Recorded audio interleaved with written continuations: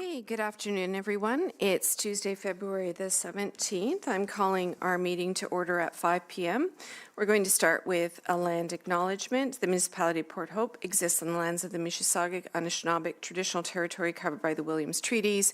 We honor and recognize First Peoples as rights holders and stewards of the lands and waters on which we have the privilege to live, work, and play, including the Ganaraska Forest and River. We pay respect to elders past, present, and emerging. We commit to actions towards truth and reconciliation by recognizing the United Nations Declaration on the Rights of Indigenous Peoples, strengthening ties with First Nations, Métis, and Inuit peoples, especially those who make their home in Port Hope, and learning from Indigenous ways of knowing and being. We do so by recognizing the past and working towards a shared future. Does anybody have any pecuniary interest to disclose with respect to today's agenda? Seeing none, we're now going to move on to item number 3, closed session. Today, we will be proceeding in closed session in accordance with the Municipal Act to address items pertaining to a potential acquisition of land, Section 239(2)(c). We will also be in closed session to discuss items related to litigation or potential litigation, including matters before administrative tribunals affecting the municipality, our local board, and that's Section 239(2)(e), and advice that is subject to solicitor-client privilege, including communications necessary for that purpose, and that's Section 239(2)(f). This is in relation to file OLT 23-00729, 65 Ward Street, 36 to 38 Hope Street, and 20 Hope Street East, and file OLT 26-00098, 2 Fox Road. Can I get a mover and seconder to proceed into closed? Moved by Councillor Darrell, second by Councillor Less. All in favor? That is passed unanimously. And just as a note, I will be providing a rise and report at the open council meeting once we come out of the closed session. Thank you.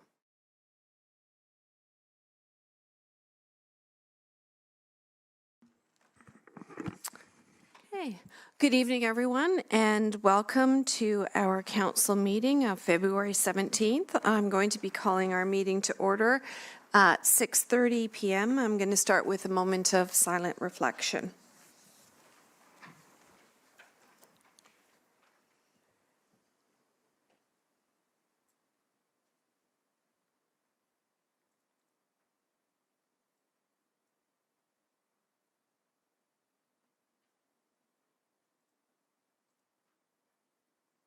Thank you. Moving on to our land acknowledgement, the municipality of Port Hope exists on the lands of the Mississauga, Anishinaabe traditional territory covered by the Williams Treaties. We honor and recognize First Peoples as rights holders and stewards of the lands and the waters on which we have the privilege to live, work, and play, including the Ganaraska Forest and River. We pay respect to elders past, present, and emerging. We commit to actions towards truth and reconciliation by recognizing the United Nations Declaration on the Rights of Indigenous Peoples, strengthening ties with First Nations, Métis, and Inuit peoples, and especially those who make their home in Port Hope, and learning from Indigenous ways of knowing and being. We do so by recognizing the past and working towards a shared future. Moving on to the second item on the agenda, are there any disclosures of pecuniary interest? I note that none were received prior to this evening. Moving on to item number 3, which is the closed session we had earlier this evening. So earlier today, Council did pass a motion to proceed into closed session at 5 p.m. to consider business as permitted under the Municipal Act and is listed on today's agenda. This motion was passed in a public session, streamed live, and was in accordance with our closed meeting policy. And just a few things to report from that. In the continuing interest of transparency, I can report at this open meeting the outcomes from today's closed session. Council approved the closed session minutes from February 3rd, 2026. That's the last time that we met in a closed session. Council also received advice from legal counsel and updates from staff regarding items that pertain to potential acquisition of land. Council also considered items related to litigation or potential litigation, including matters before administrative tribunals affecting the municipality. This is in respect to file OLT 23-000-729, 65 Ward Street, 36 to 38 Hope Street, and 20 Hope Street, as well as file OLT numbers 26000098 Fox Road. Council received these updates as information and provided direction to staff. And I would like a mover and seconder for the following motion: that Council receive the confidential update from staff and legal counsel as information, and that Council confirm the confidential direction provided to staff during the closed session. And a mover, Deputy Mayor, seconder by Councillor Less. All in favour? And that's carried unanimously. Moving on to announcements, updates, and recognitions, and we have quite a few to go through this evening. The budget adoption. As communicated through our municipal channels, the 2026 budget was adopted on February the 3rd. The 2026 budget includes a strategic mix of funding sources drawing on reserves, grants, and growth readiness funding to advance priority projects without placing undue burden on taxpayers. The budget was the result of collaboration with both council and staff and reflects a forward-looking approach that prepares our community for long-term success. And we're looking forward to supporting our community for everything that is in front of us over the next 12 months. And we landed on 2.7% as the increase. Moving on to the MOU signing with OPG that occurred last week. On December 17th, 2024, and I'm going to go back a little bit historically, actually, because there's a lot of misinformation that has floated around on social media on this. So I'm going to take us back a little bit historically to the events that led up to the MOU signing. So on December the 17th, 2025, Council for the Municipality of Port Hope adopted Resolution 253, 2025, which expressed Council's interest in exploring potential clean energy generation opportunities at the Wesleyville site. That resolution supported continued dialogue and engagement with Ontario Power Generation, the Ministry of Energy and Mines, and local stakeholders, and directed that Council's expression of interest be formally communicated as a step in exploring such opportunities. Building on that direction, Council subsequently adopted Resolution 125-2025, authorizing the Mayor and Chief Administrative Officer to finalize negotiations and execute a Memorandum of Understanding with OPG. And this direction reflected Council's decision to move from an expression of interest into an exploration and discussion phase. On Thursday, March 12th, the municipality and OPG executed the MOU. The MOU, Memorandum of Understanding, establishes a non-binding framework for collaboration focused on information sharing, community engagement, sustainable development considerations, and economic development opportunities related to this proposed project. It is important to note that the MOU is not a host agreement, nor does it commit the municipality to hosting a nuclear facility, and it does not bind this council or community to any future decisions. Rather, it represents a symbolic and procedural extension of council's earlier direction to engage in discussions and explore the proposed proposal in good faith. The MOU also serves as the framework required to support growth readiness funding and related staff resourcing. Through this collaboration, OPG provided $4 million in growth readiness funding to assist the municipality in the workload associated with ongoing discussions and engagement, and in particular, the impact assessment process and the earliest stages of the proposed project, as well as an additional $500,000, $500,000 to support specific staffing requirements related to this work. Council retains full authority over any future decisions, and the execution of the MOU does not predetermine or prejudice Council's consideration of subsequent reports, agreements, or approvals related to this proposed project.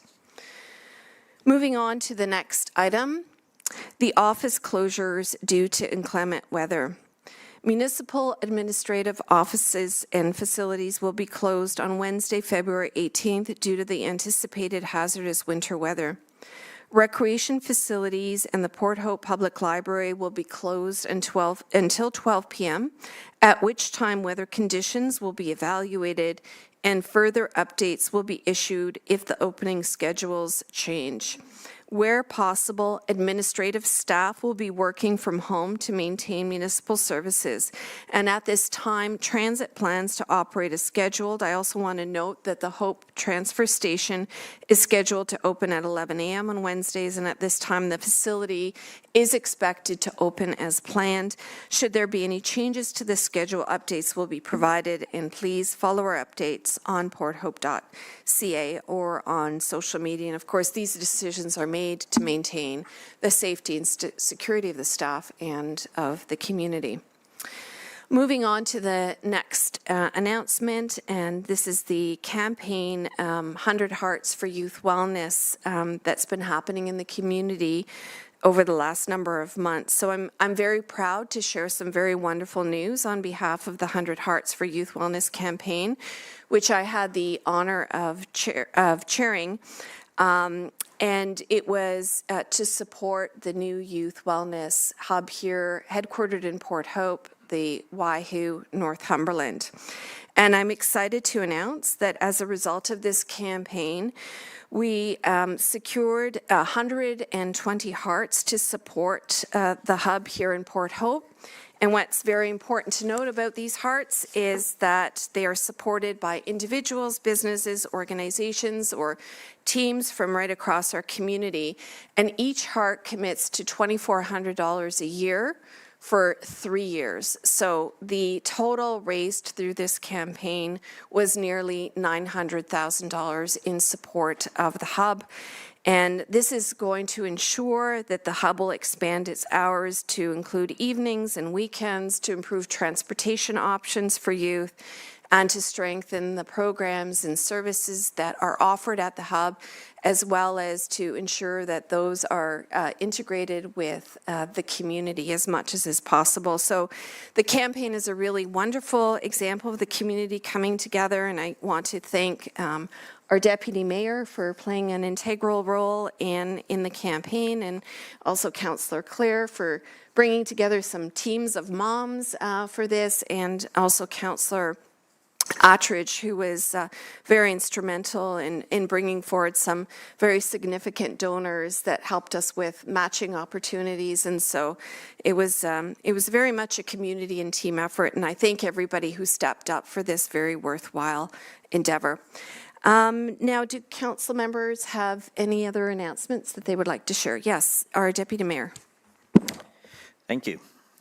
So I just wanted to take this moment to remind everybody that the Civic Award nomination is open right now. And I thought I'd do something a little bit different. Instead of just telling you to get out there and nominate someone, I thought I'd give you a few tips on what a great nomination would be. So the tips on how to do this. Read the award criteria carefully. Take note of the deadline and give yourself time to prepare all of your material. If you don't, you might go over the March 5th deadline, and we don't really want that. Gather any supported documentation before you begin to finalize your submission. Provide accurate spelling of the names and complete the contact information. That is very, very key for us. Choose one award category and mark it clearly. Provide as much relevant detail as possible to match the award criteria. Provide quantifiable details to help tell your nominee's story, and provide any attachments. This helps us out when we are going through the process on vetting all the nominations, and it will really help out whomever you are nominating to make sure that they are successful. And thank you for that. Thank you for that. How are the nominations going? Well, that's a wonderful question. I don't know where we're at right now. We would have to ask the staff member, Jeannie Maidens. She has that tally, but we always find that the last week is when the majority of the nominations come in. I guess people do like to wait till the last minute, which means, to me, that means that they're going through all the information and they're making sure it's correct. They're dotting all the i's and crossing all the t's before they put in the nominations. Thank you. Any other announcements to make around the table this evening? Okay. Moving on now to the item number 6, which is a report from our youth councillors. And I now welcome our terrific youth councillors, Leah Ferguson and Emily Mountjoy, to present us with their report to council. And we'll start with Emily and then move on to Leah. Good evening, Council. This past Saturday, I had the pleasure of attending and speaking at the 100 Hearts for the ceremony for the Youth Wellness Hub. There was a very nice turnout of people, and I was very glad to have been invited to this event. I have since gone back to the Youth Wellness Hub, and it has been very fun to have a space like it available for free in Port Hope. I attended the Civic Award Committee meeting in early February, and I think it's very cool to see how it all comes together to turn into the actual Civic Award presentation in April. And this upcoming Thursday, I'm planning to be at the Environmental Advisory Committee meeting. The final thing I'd like to talk about is something a friend approached me and asked if I could bring it up. As many of you are aware, a lot of Ukrainian citizens have moved to Canada and more specifically to Port Hope. My friend has shared some information regarding a permanent residency pathway for Ukrainians wishing to stay in Canada. The plan is to write letters addressed to your local MP, and it works in a way similar to a petition. Many Ukrainian citizens who are now immigrants in Canada are under the Canadian-Ukraine Authorization for Emergency Travel, or CUAET. And the goal is to have the Government of Canada consider establishing a special long-term program that would allow Ukrainians who arrived under the CUAET program to obtain a permanent residency status. Even though this is also a federal matter, it starts here in Port Hope with people who are wishing to help Ukrainian immigrants. If anyone is interested in their website or what the campaign is, it is called PR for Permanent Residency Pathway for Ukrainians. Thank you. Thank you for that presentation, and thank you for bringing up that issue. We'll definitely make note of that and make sure it's disseminated widely. Thank you. Thank you. Okay. Leah. Good evening, Madam Mayor and Council. I hope everyone had a great family day. Since our last meeting, I have started my spring semester of high school and am enjoying my new classes. And last week, I had a great time on the annual Port Hope ski trip to Blue Mountain. It is great that the teachers make the extra effort to make this trip possible every year. This past month, I have attended many meetings, including the Environmental Advisory meeting, where I had a chance to share an update on the environmental plans being made at Port Hope High School, and got a chance to hear about the plans the Environmental Advisory Committee meeting is making for this coming spring. As well, I went to the Port Hope General Annual Fair meeting, where we got a chance to look back at the 2025 Port Hope Fair and recognize the actions of volunteers who helped make this past fair so successful, as well as making plans for this coming year. We just had the first Mayor's Youth Council meeting since Christmas break and got right back to discussing upcoming events that could have youth involvement and how youth play an important role in Port Hope events. As well, I participated in the Port Hope Civic Award Advisory Committee meeting, where the committee discussed their plans for the coming award night, which is getting closer and closer every day, as well as came up with the ideas of how youth could potentially be involved in the event. I attended the Parks and Recreation committee meeting, where I learned about all the current and future Parks and Recs related projects that are being planned for Port Hope. I look forward to attending other Parks and Recreation meetings in the future and learn about how these plans could affect the youth of Port Hope. This past weekend, I attended the 100 Hearts celebration at the Youth Hub. It was wonderful to see everyone who helped build and operate the Youth Hub, to hear about all the time and effort that was put towards the youth of Port Hope. The 100 Hearts fundraiser was such a great success, and I'm excited to see what the future of the Youth Hub holds. Just one last friendly reminder that the Civic Award nominations are still open until March 5th. Thank you very much. Thank you for that wonderful report. Thank you to both of our youth councillors. We really appreciate all the participation and all the different activities and the reporting back to this council table. Moving on then to item number 7, which are delegations. It's now time for delegations, and we have 3 on the agenda this evening. 2 of the delegations have requested extra time, and we have granted this request. And we do have a heavy agenda this evening, so I request that our delegates please be mindful of those time limits, especially if you've been extended additional time. So the first presentation is 7.1, Richard Ishida regarding Garden Hill subdivision, 3852 Ganaraska Road, OLT 23000360. And if we can just ask Richard to approach the podium and to give their delegation, if you could just make sure the button's on. Thank you. Mayor and Council, good evening. Before I begin, I want to acknowledge the Office of the Clerk. I have submitted multiple communications regarding the Garden Hill subdivision, and the Clerk's office has been consistently patient and helpful. I appreciate that. I'm here tonight to support informed decision-making where long-term municipal risk may exist. The proposed development is situated directly over a documented drinking water aquifer in one of the more hydrologically sensitive areas of the municipality. Several nearby homes rely on shallow private wells that are inherently vulnerable to groundwater disturbance. Risks affecting groundwater are rarely immediate, but they are often enduring. Once contamination enters an aquifer or subsurface flow paths are altered, the resulting impacts can persist across generations. Responsibility for managing those consequences frequently rests with the municipality. The discussion before you therefore engages more than a single planning file. It speaks to the municipality's duty of care wherever decisions have the potential to shape environmental conditions for decades. The physical characteristics of the site warrant careful attention. Significant grading and earthworks would likely be required to support roads and building envelopes. Activities such as grading and dewatering have the capacity to disrupt shallow groundwater systems and interfere with neighboring wells. Hydrogeological systems rarely return to their original state once disturbed. Council has already recognized uncertainty in this area by funding a sub-watershed study.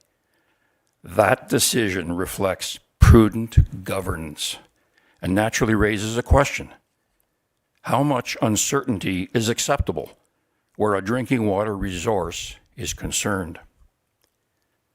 Proceeding in the presence of known unknowns is not simply a planning choice, it is a risk posture.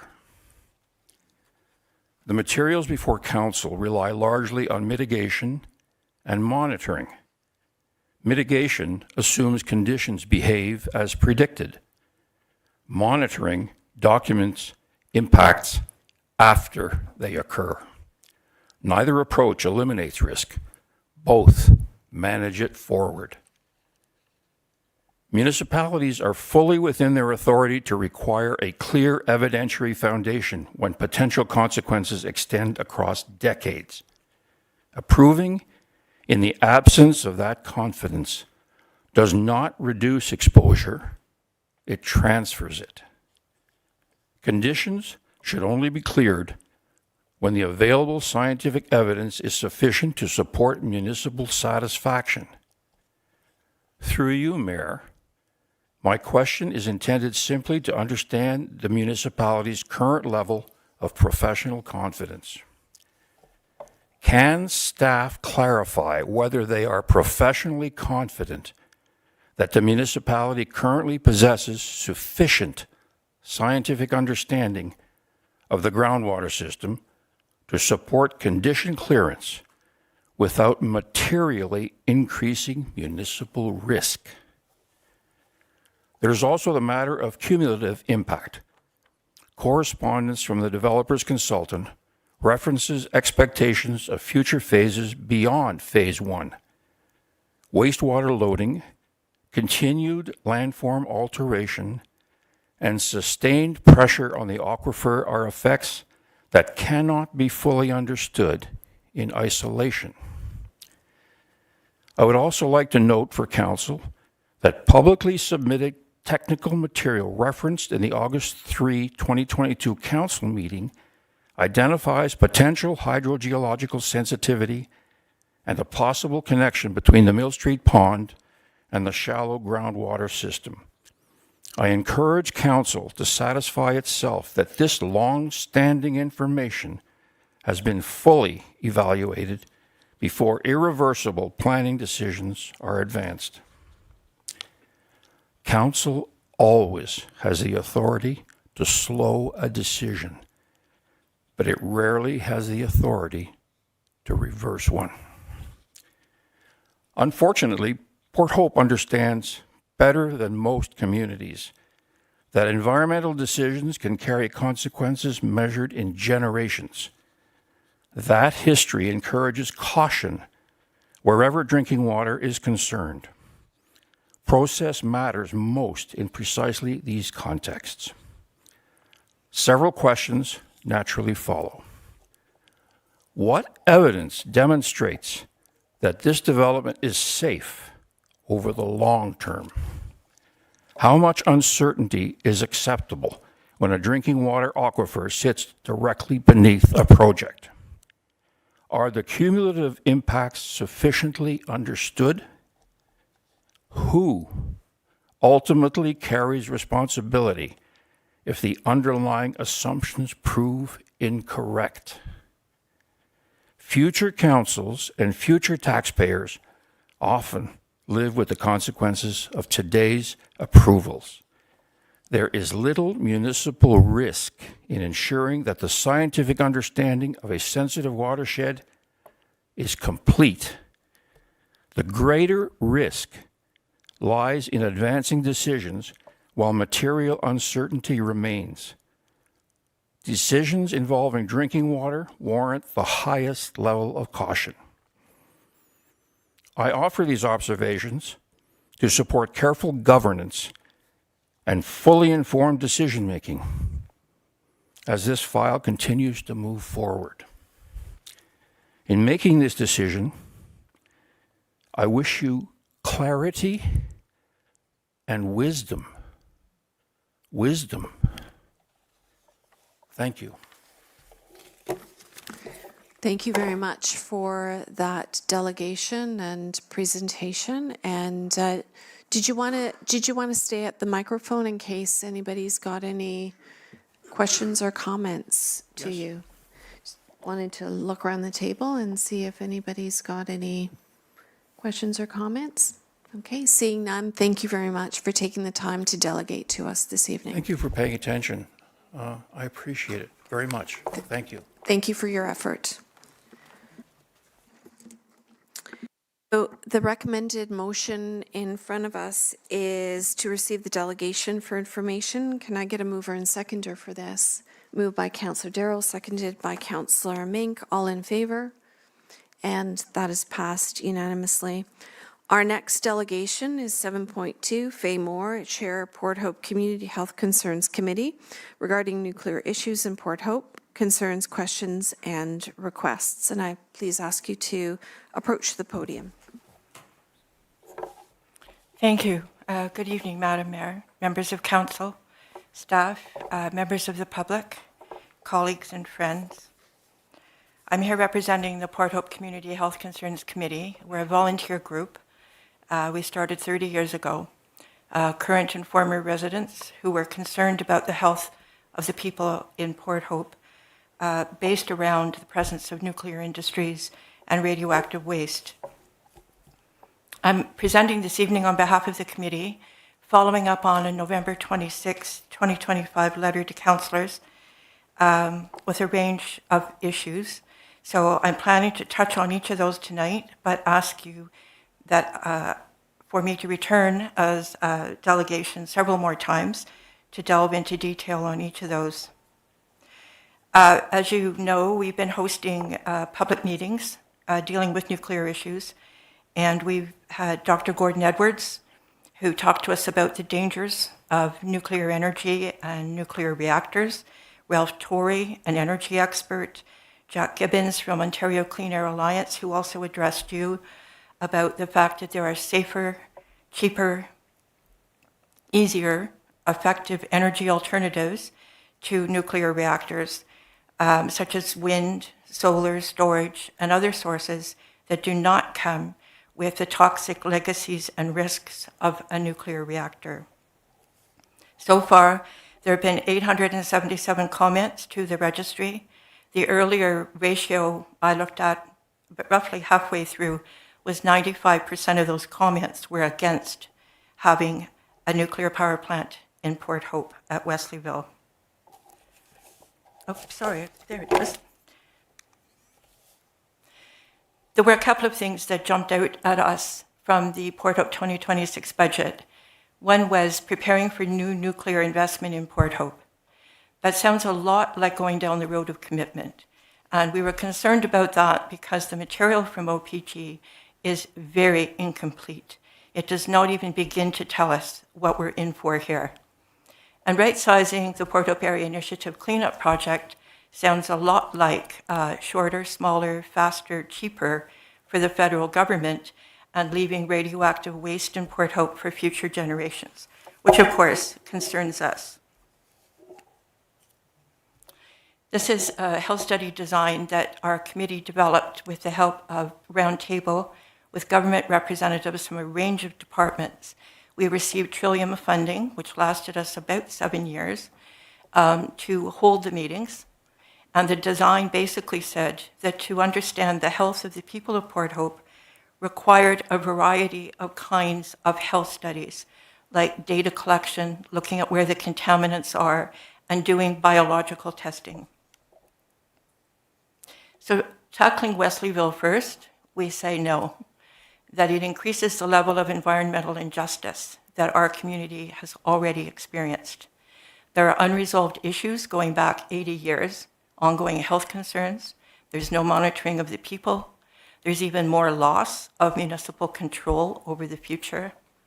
There's a $2.6 billion remediation underway with issues. We have 2 Cameco industries polluting every day with uranium particulate without buffer zones.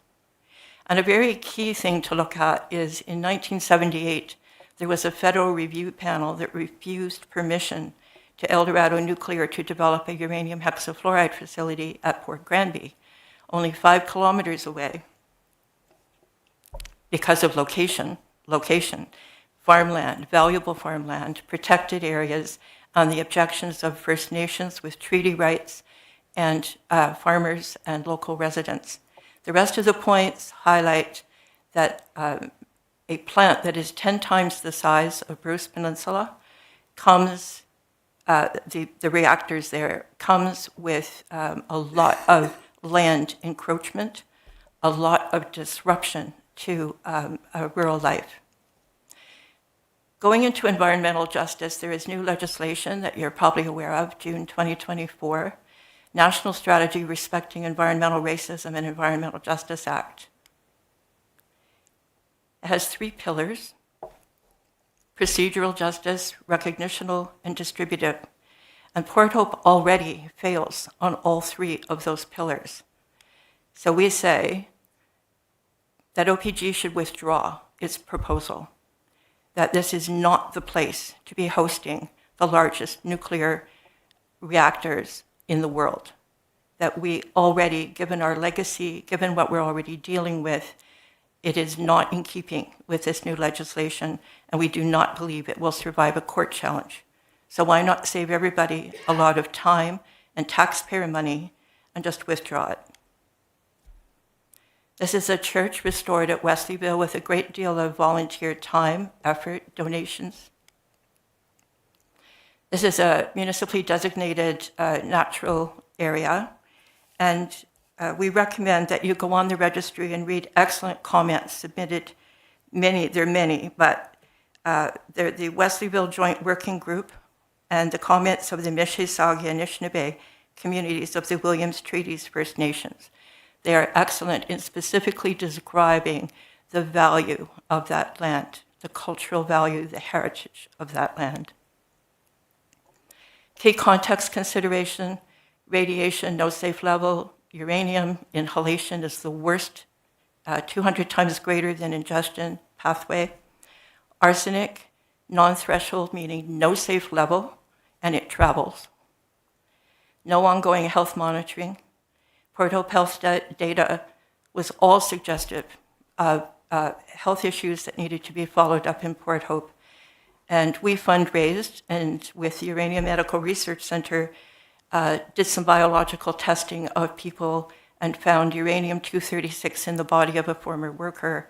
And this is a substance that should not even be in Port Hope. This is the way we were. This is where we played. Ball Diamond in the back with night lights that were installed for night games, and that's El Dorado in the background. In 1976, this is what the federal government saw when they did an aerial survey of Port Hope. We received that in 2024. You don't need to see the numbers at this point just to get the gist that this is what they were seeing in terms of the natural dose rate and nanograys per hour over the community. And again, equivalent uranium becquerels per kilogram in 1976. So they knew they had a major problem here. 2005 diagram, Cameco, from one of their environmental reports, shows the distribution pattern for uranium emissions going north over the community. Gamma fields, same, and the lake. And this was taken a few days ago, just again illustrating the pattern of the emissions from Cameco are going north over the community. That's an aerial of the location of the temporary storage facility. So the first 7 bullet points are conversations we had over the years with federal departments, primarily, and promises for follow-up on health studies that didn't happen. And at the bottom, the CNSC and Health Canada conclude that we didn't need health monitoring in Port Hope. And we're reminded of the relevant George Orwell quote from his book 1984, quote, "The party told you to reject the evidence of your eyes and ears. It was their final, most essential command," unquote. Well, we will not do that. What they are saying defies medicine and science to tell us not to look at this data, not to look at the risk factors, and presume that the health of the people of Port Hope is protected. Again, there were peer reviews done of 2 of those reports, and the findings were suggestive of problems that needed follow-up. This is a photograph of one of our board members, Dan Rudka, former employee of Zircotech, now Cameco Fuel Fabricating Facility. He was the one that had the documented 236 uranium in his body many years after he set foot in the plant. He's had a double lung transplant, plastic surgeries, cancers, is sick every day. He's amazing. And he had lost his final appeal to the Workplace Safety and Insurance Board. So we argue that the federal government should enact legislation similar to the United States that protects community downwinders like Port Hope and the workers in the nuclear industry. They recognize 40 diseases that are radiosensitive based on preponderance of evidence, not the criminal standard of beyond a reasonable doubt, which is absurd. That almost doesn't happen for any situation in health. Now, moving to the legal agreement, we have concerns that the legal agreement is not being followed. You see here a quote from the legal agreement that Canada shall clean up properties so that all such properties will be able to be used for all current and foreseeable future uses. That is the standard. That was the promise. And further in the legal agreement, it says that if property owners resist having their properties cleaned, they will be reported to the CNSC. And there could be an inspector that would come, and there could be an order issued. So going back in time, that was the understanding. That was the nature of the discussion that was going on with the community around what remediation would look like. And from the former mayor, Linda Thompson, an excerpt from a letter where she's arguing back to Director Peter Brown at Natural Resources Canada that some of the things they're proposing to do are not meeting the legal agreement for cleanup. And she's saying a clear rationale needs to be provided if you are not going to clean up an area, and the municipality needs to agree. So the problem is the legal agreement seems to not be followed. The municipality, the role has been eliminated regarding private properties. There's now some cost sharing if the municipality appeals the protocol application. A homeowner can refuse access for investigations, remediations. Serious health risks could be left in place for generations. Waste quantities are not defined, so they could require a CNSC license, but the CNSC won't know that. Land use will change over time, as always, we know that. Will signs be required? The liabilities for the situation are not clear to anybody. I don't know if they're clear to you, what your future liabilities will be if the federal government leaves us in this situation with potentially, and Mr. Cameron can maybe tell us how many properties so far have been exempted. We are hearing over 200. Now, in the exchange that happened since 2015 with some documents that we've received under ATIP, it looks like the CNSC was pushing that they wanted to know, they wanted data, they wanted understanding. So where that has landed, it does not appear to be the case. So there's a lack of monitoring of the residents' health, lack of communication and transparency. There should have been an amendment to the legal agreement for something so huge a change as the special circumstance protocol. There's no functioning community advisory committee that is, oh dear. Is that it? 2 minutes. Okay, so just going back for a sec here, if I can. Okay, lack of public process. Okay, we'll go on. This is an example of a home that's been undergoing remediation in that area for 7 years. Dr. Power's school, we were told it was safe, it was fine, there was not a contamination issue.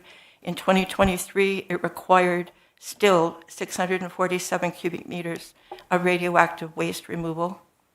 These are my children sitting on top of radioactive waste at our home unknowingly.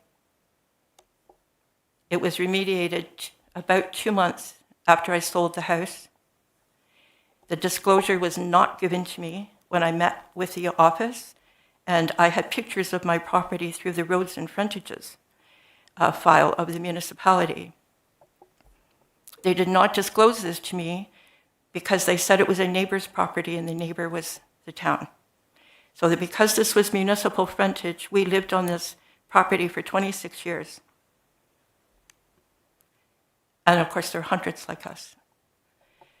The last piece, the Cameco decommissioning plan, just switching topics for a second.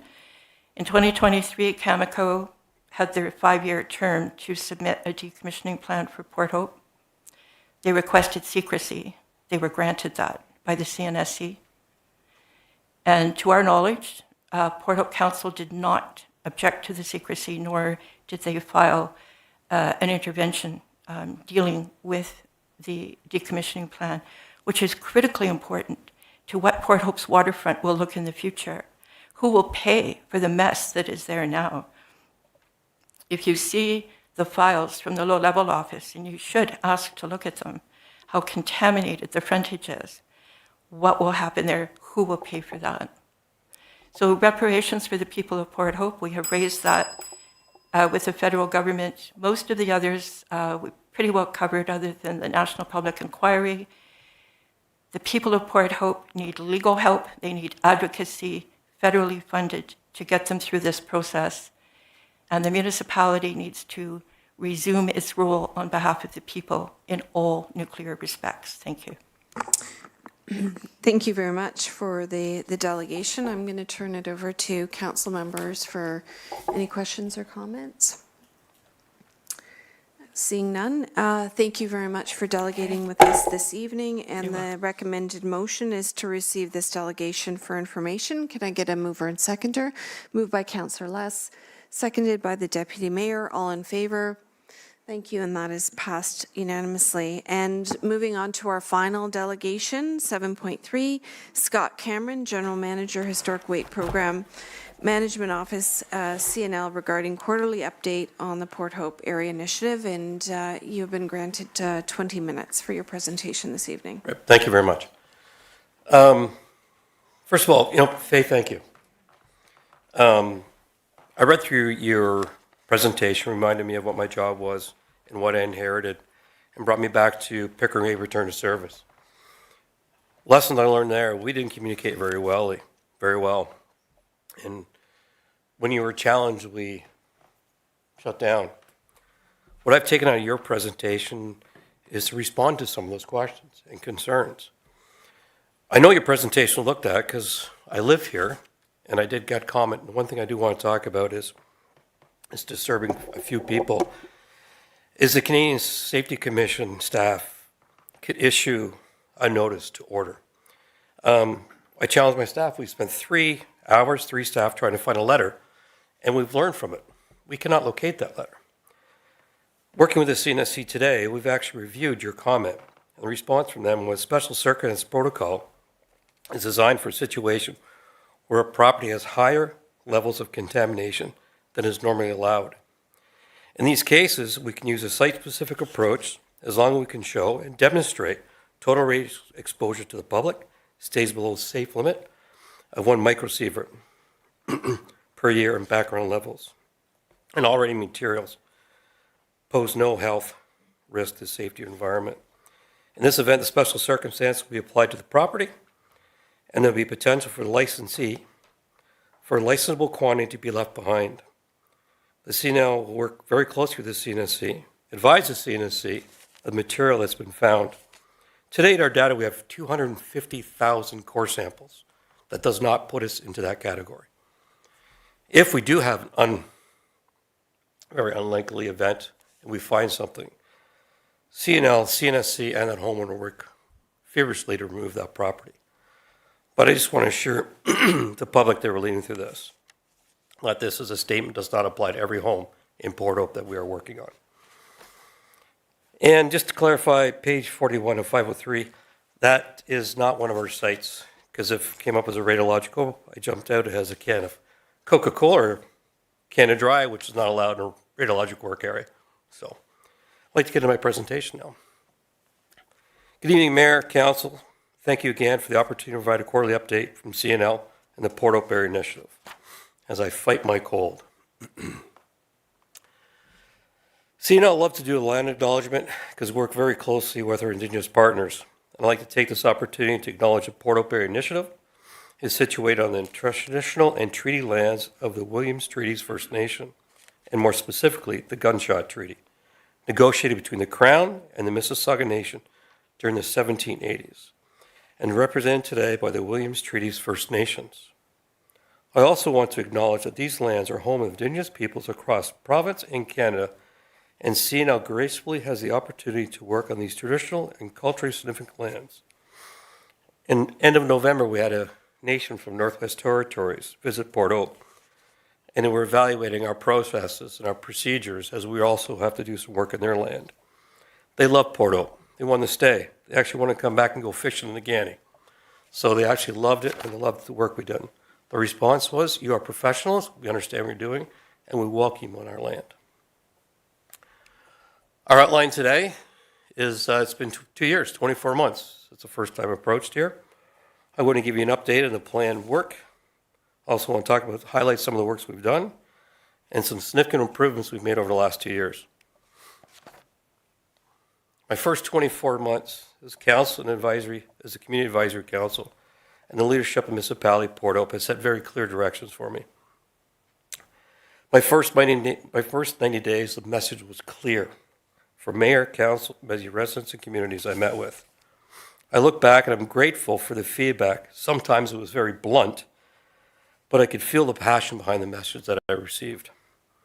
Save the Trees was front and center when I stood up here the first time. It was clear to me as a GM I needed to set a key cornerstone as a community priority with our work. I need to change our contractor mindset from dig and chase the environmental waste to protecting natural environment and use the tools in our hand to protect the environment.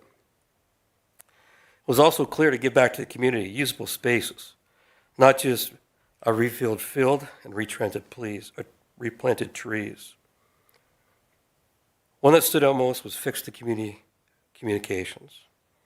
I will quote a couple of residents that really stood out to me my first couple of days. One resident said to me, "You don't care about us. Our contractors walk on our property anytime when they feel they need to." I need to move this vision from major projects and property owners to residents who are customers. My first 90 days, the message was clear to me. I'm to take a 25-year-old agreement, right-size it to the project to meet current resident mission and vision. And it's not one size fits all. So what have we done in the last 2 years? In the public, we only see at these quarter meetings, but there are many feedback sessions with the municipality, leadership, and councillors. There's regularly scheduled meetings with the CAO and our Director of Environmental Services. During those meetings, we have progress updates, contractors, CNL, and resident communication interface. Resident concerns feedback and investigations we've completed on those concerns are fed back to the CAO and others. MPH CNL interface, traffic control, project impacts to the residents and others. We also have the second tier down, so now monthly meetings with the MPH planning team and both project officers. Next, the next couple months, end of Q2 2026, the CAC, the Council and Mayor, we're going to progress another tour, review progress that's being made on our major projects, and look at our small scale sites, and that's planned with the new leadership team that's coming in. And we just recently informed Tenev that President Tremblay from the CNSC will be visiting Port Hope mid-June with a touch point with the mayor and selected MPH staff. So where do we sit today? Plan to save the trees versus remove the trees versus schedule. Save the trees is now a key cornerstone in our project planning. Through proactive planning, mapped zone protection areas, and minimal impact work methods. We have shifted the mindset from dig and chase to environmentally responsible planning and execution. Also include future land use. An example of this, Alexander Street ravine. It will always be a ravine in the near future. Working with the municipality, applied to special circumstance, we saved 40% of the trees undergrowth in that area. We received feedback from councillors and mayor around the Highland Drive South Ravine. We met with the residents. We redesigned the creek bed and saved many trees to support those residents' vision and expectations. We've now embedded environmental stewardship in our guiding principles, every decision and field activity by our contract partners. The other challenge from this organization is Harbour Centre Pier. It's front and center in our municipality, front and center of our town. In the last 24 months, we've pulled that ahead by 7 months. I'm really looking forward to handing the ribbon over to the municipality end of the summer 2027.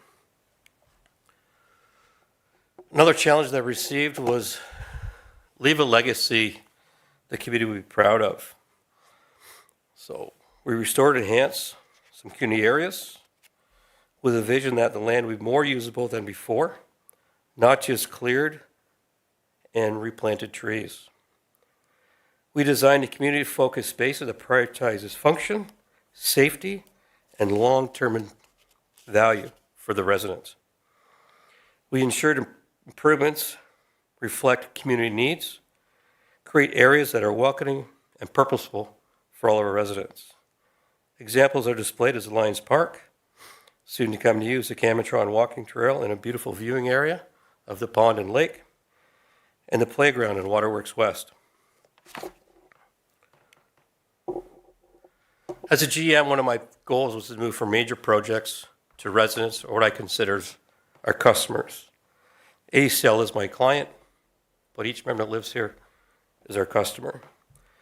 We continually built trusting through respectful communication and conduct.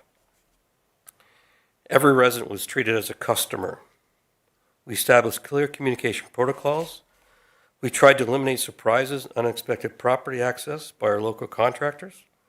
We still have slip-ups. Those slip-ups are new staff, new contractors, that we're still working with our key contract partners on onboarding. To set clear expectations what the residents expect of us. We hold our contractors accountable for professional, courteous, and transparent interactions at all times. I work very closely with our field liaison officer. I believe that's the toughest job in my project, is liaison with all the residents, and we support them day and night. In the last 12 months, I have seen a major swing to the positive. I still and read areas for improvement, which we focus on. One of the biggest areas that we got from our residents and our customers was get away from paper and phones. So we were developing, worked very closely with our CAOs, we had 2, and we have partnered up with municipality, and we have built my portal for staff and residents. Secured, working through it. And that's for all of our residents to log and have property that ongoing, understand what their information is, the paper stored there, you can print it out and has access. Part of that also will be a 24 or 524 service for people to come in. They have, because we do have elders, help them through. My dad's one of them. He was tough on a computer for a while. We'll get them sorted out. It was very clear at the town hall what was expected, and we had to do better around work with residents. We've established a resident roundtable. Our first meeting is in February 26th, and we received over 30 expressions of interest to join that forum. We've provided tours in 2025. We're at the Fall Fair, and our doors are always open to take customers in and hear their feedback. Part of the setting up the portal, we've met with our IT team. It's almost ready to go, and we're going to use our resident team as a pilot project for the first round.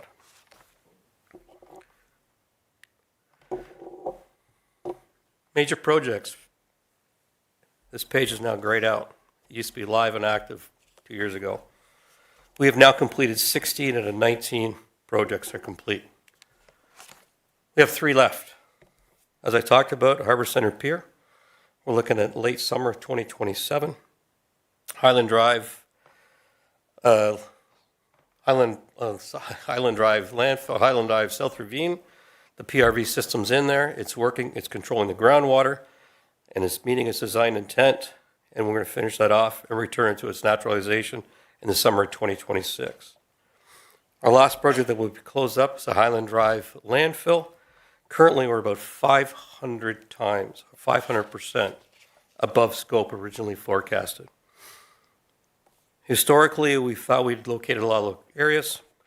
Now we're learning in the 30s and 40s, they just shuffled around and historic documents did not align.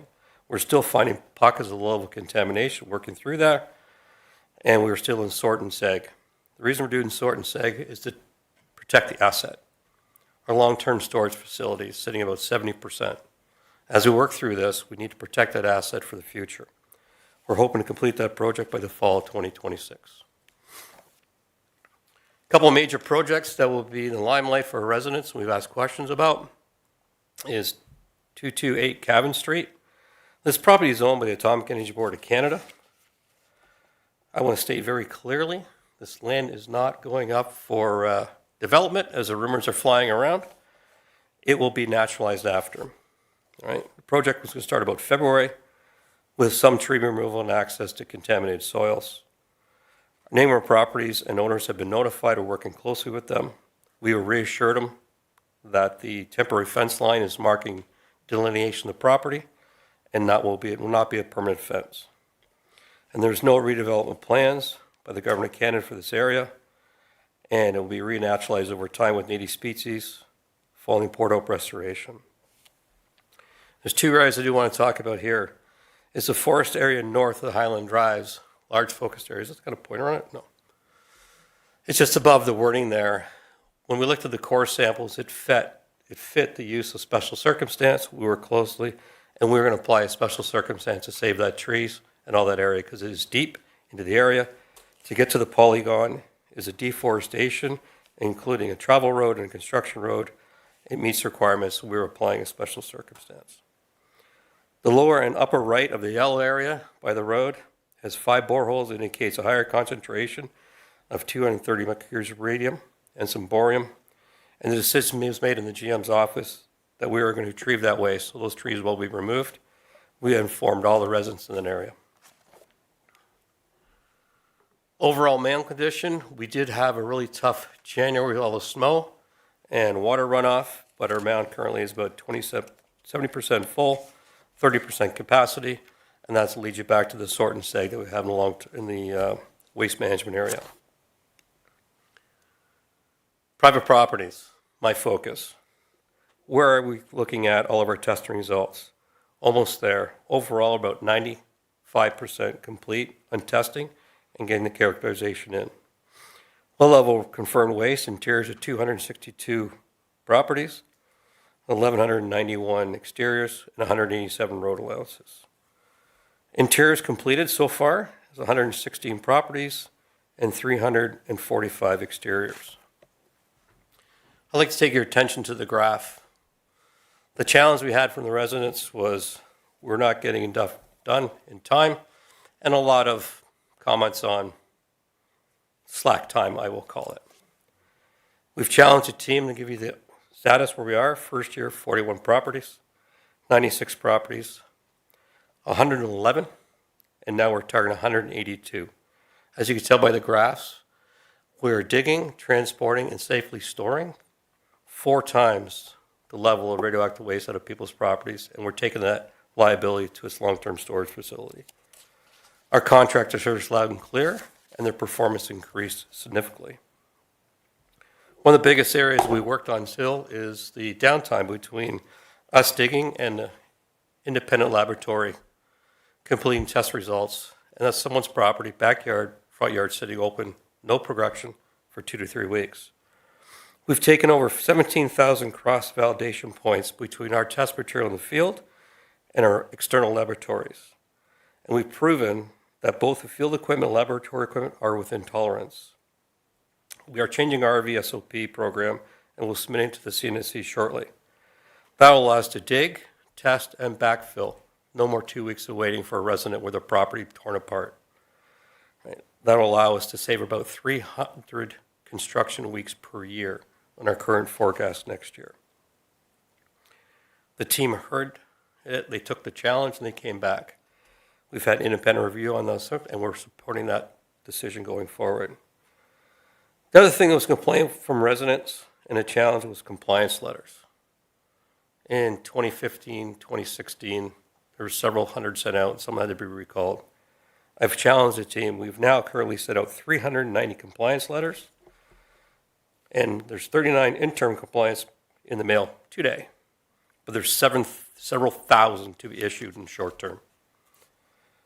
You know, Susan took the challenge from the leadership team. They took the challenge from the councillor and the mayor, and those letters are now starting to go out. Next topic, 2 minutes? All right, I'm on time. All right, NLPC is BWXT, Kinetrix, Amentum, and BIT. I talk about yes, they are American companies. Some of them are a Canadian consistent. I work for Amentum. Not only am I a Port Hope resident, I'm a Canadian. And I sit on that team. The vision of the CEO is we are CNL. He made it very clear that no logos will be worn. You'll never see BWXT, Kinetrix, Amentum t-shirts being worn. You will see CNL, because we are CNL. They truly want to be part of the community. I'll give you an example. Is Port Hope CNL team raised $20,000 for the United Way. NLPC matched it. Port Hope team, total donation United Way, $40,000. 100 Hearts program, they matched an employee's donation for the 3 years. And there's more to come. I sit on that leadership team. I've sat on leadership teams, Pickering and Arlington, where we did have a mixture of Americans and Canadians. This is probably the most grounded team I've worked for in a long time. Their focus is 3 things to do. Work with the community, meet the community needs, and deliver the products for ACL. Thank you very much, and I'll open the questions. Thank you, Scott. Thank you for bringing forward that presentation to us this evening, and I'm going to turn it over to council for questions or comments. Starting with our deputy mayor. Thank you, and thank you for your presentation. I have a few questions. Is it okay if I go through them? One of them, this one will be, I think, the quick and easy one. You said the portal, it's almost ready to go. What's almost? Do you have a timeline? Almost was Thursday, they're in the office, they had the company in, they were running through all the details. Bill was there, and we are meeting with the Residents Roundtable, and they are going to pilot through it. I'm hoping, Bill, June-ish? Yep, so I'll answer it. Thanks, Bill. So the portal, just so everyone understands, the idea of the portal is something like a what you get with your online banking, where you can go into the portal and then all the information regarding your property as it relates to us would then be there at your fingertips. The idea now is they're working through building it. We're going to have some residents come in with the next couple weeks. They're going to tinker around in it, give us some feedback. We'll do that through a loop. And then what we're going to do, we're going to have to load it all up, and all the residents in the community are going to receive a mail out. So they're going to get something in the mail addressed just to them that allows them to log on, and then there'll be a secure three-way security, and they'll get on. I'm thinking that'll probably happen within the next few months. We may do it in batches, so it might be hundreds at a time, but over the course of the year, everyone who wants to be part of it, because they don't need to be, will still do it the old-fashioned way if they'd like. Everybody who wants to sign on, by the end of this year, everyone will be part of the portal. Awesome, thank you. If that's the easy one, I'm nervous now. Okay, so I guess the next one I'm going to ask you about is Waterworks West, I guess, and that would be the West Beach, and that is West of the West Beach. Yes, west of the West Beach, and that area is still being remediated. Can you give me an update on that area? Sure. So we had a bid, and it came in over budget, several million over budget. And so we withdrew it from the contractors were bidding. And at the time, the executive team, we just brought in a new procurement strategy for Indigenous nations.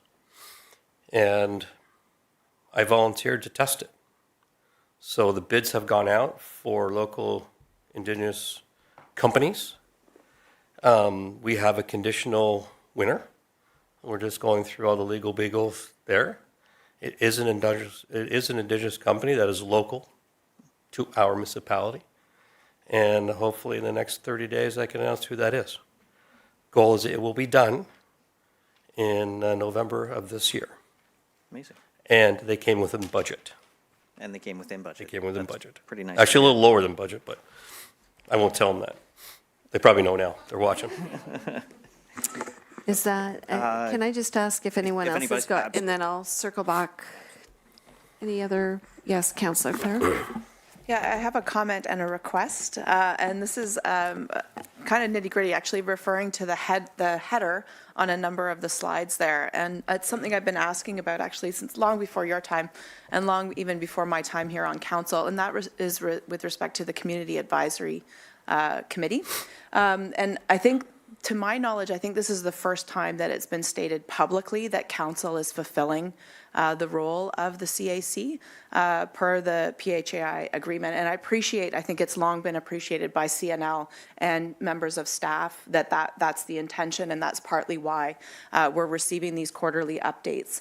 Having had a chance to review the clause, I think it's 5.2.3 of the PHI agreement that outlines the function of the CAC. There is the final clause there is G that says that in the absence of a CAC, the municipality should fulfill that function. And I understand that's what is in fact happening today. My request is, though, that the clauses, the functions of the CAC that we are saying council is fulfilling, I think council needs to be briefed on what those are, because that was not part of our orientation. And I think having had a chance to review, as I said, those terms of the agreement myself, I know that there are some that we are not actually fulfilling, that we are not able to, but they are being fulfilled by staff, and I appreciate that. What my request is could you and your team, Scott, at CNL, work with our team and put together a brief that outlines what those functions are, which are the ones that are being fulfilled by council versus staff, and that brief be then brought forward to council, because I think if we are now publicly talking about us fulfilling that role, we need to be properly briefed on what the functions of that role are, so that we ourselves can be confident that we are properly fulfilling the terms of the agreement. Yeah, I'll take that and appreciate it. I'll work with Mike. I think we have been very focused on it. I will give you an observation, though, from my time at Pickering A, working with CAC. This is one of the tougher ones, because my first meeting here, I walked out and wanted to go back and build reactors. And I know Mike and Candace before are very challenging, to the point where, I'll be honest, we used to sit with Pickering, we'd make a presentation, walk out. The turnover was from Mark leaving, is just make a presentation, walk out. That's not the way it turned out. And your staff are challenging. They some days keep me on my toes. So in my personal opinion, from living on both and seeing both, Port Hope's doing a really well job, and more than happy working that briefing note to bring up the speed. But be assured, working with your municipality, your team, and your leaders, and your new director, they make sure I deliver. Is that right, Mike? Yeah. Did you have a question as well? I'm taking a couple from each. before I go. 45 days? Sure. I'll bring that back in 45 days. Any other questions or comments before I go back to the Deputy Mayor? Okay, Deputy Mayor. Thank you. So there's just one more thing, I guess. I'm going to cross out one of the ones I was going to ask. You talked about the town hall. Yes. Would you be able to do another town hall? Have I recovered, Bill? You know what? It was an experience. I think we answered a lot of questions. I think some of what I heard was it was needed and long doing. And yes, we will do some form of another town hall at some point later on. I want to finish major projects, have something to brag about at the same time. So yes, we will look at it. Maybe a little different forum, maybe a little different organization, maybe a lot more pre-communication, but we will look at it. Deputy Mayor. Okay, it looks like we've covered all the questions and comments for this evening. So thank you for that update, and we'll look forward to hearing more about that town hall. Thank you. So the recommended motion is on the agenda to receive for information. Can I get a mover and seconder? Councillor Mink, and seconded by Councillor Clare. All in favor? And that is carried unanimously. Now we'll move on to item number 8, the public comment period. As per our procedural bylaw, the purpose of this period is for members of the public to provide comments on items that are on today's agenda. If you have any questions related to an item that's not on today's agenda, please wait until the question period later on this evening. And I request that you keep your comments brief and respectful. I also remind council members that no questions or comments can be directed to those providing public comments tonight. And if you'd like to provide a comment, please approach the podium now and state your name, and staff will turn on the mics.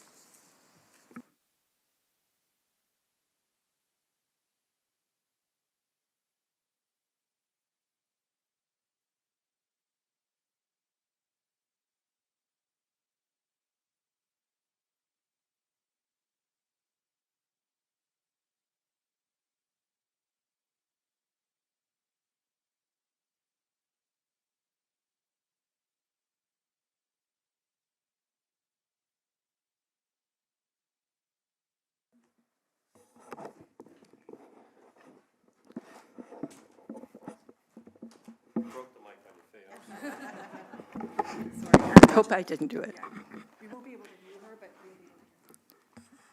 Okay, thank you. I'm Faye Moore.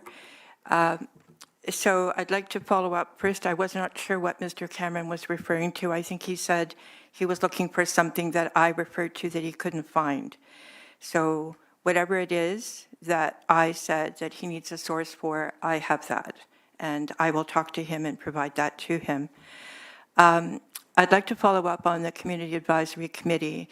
Thank you, Councillor, for asking those questions and asking for that follow-up. There are very specific things that the understanding was around a Community Advisory Committee. One of them is that the committee will receive the reports from CNL, AECL, pertinent to the work being done. Those reports will be provided to the public when they ask for them.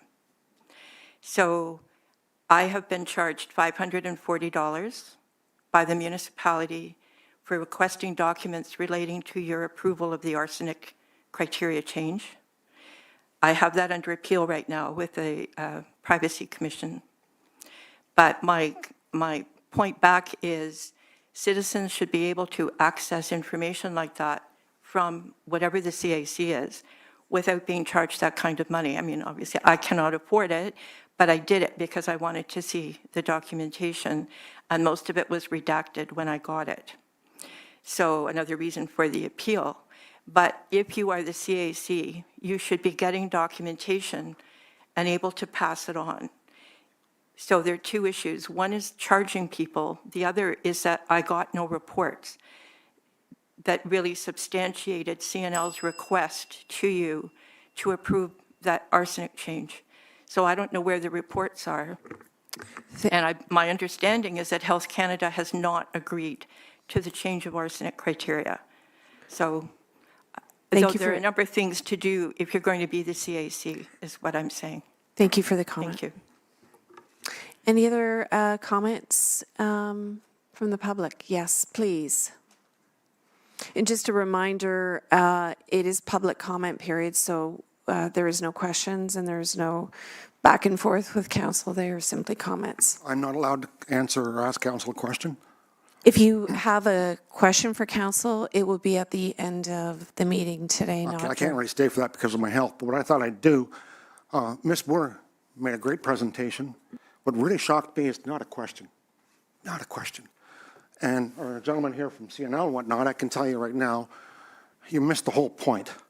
It's about health. The gentleman didn't talk about health at all. The cleanup has never, ever required the workers or the people under cleanup priority to have their health covered with masks or anything for breathing and inhalation. I'm a victim of inhalation. As you see, it cost me my lungs, it's cost me a great deal. I've been watching this for 30 years in this community, and I've watched this go upwards and then downwards. After 30 years, I'm convinced you will never clean this town, and in 20, 50 years from now, you will still have people getting sick from contaminants in this ground because it was never handled in the first place. You don't understand the health limits. And when I went to CNL, I spent a great deal of time, months after these people, to listen to me, talk to me. For new information I'd found about lungs and blood production, they didn't want to talk to me. So my question is to you guys, after all these years, how have we let it slip so far that we've gotten nowhere? And you're still nowhere at all. Nowhere at all. This is a shame. And this is an insult to people like me and other people. And others will get sick. Thank you for your time. Thank you. And can I just ask for your name, just for the record? Dan please? Rudka. Okay. Thank you very much for your Yeah, I'm comment. sure it's been well known. I've been around for years, but people don't want to talk to me. You know, when you have these town halls and whatnot, I'm not invited. I wonder why. Thank you for coming and thank you for your comment. Any other comments this evening? Yes, please.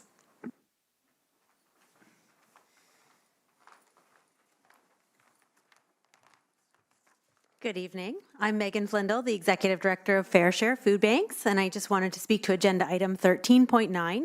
So first and foremost, thank you for listening to us back in November and for considering taking steps to help FareShare find a new location that is suitable for our current capacity, as well as our future projected growth needs, allowing us to expand our services in both urban and rural Port Hope.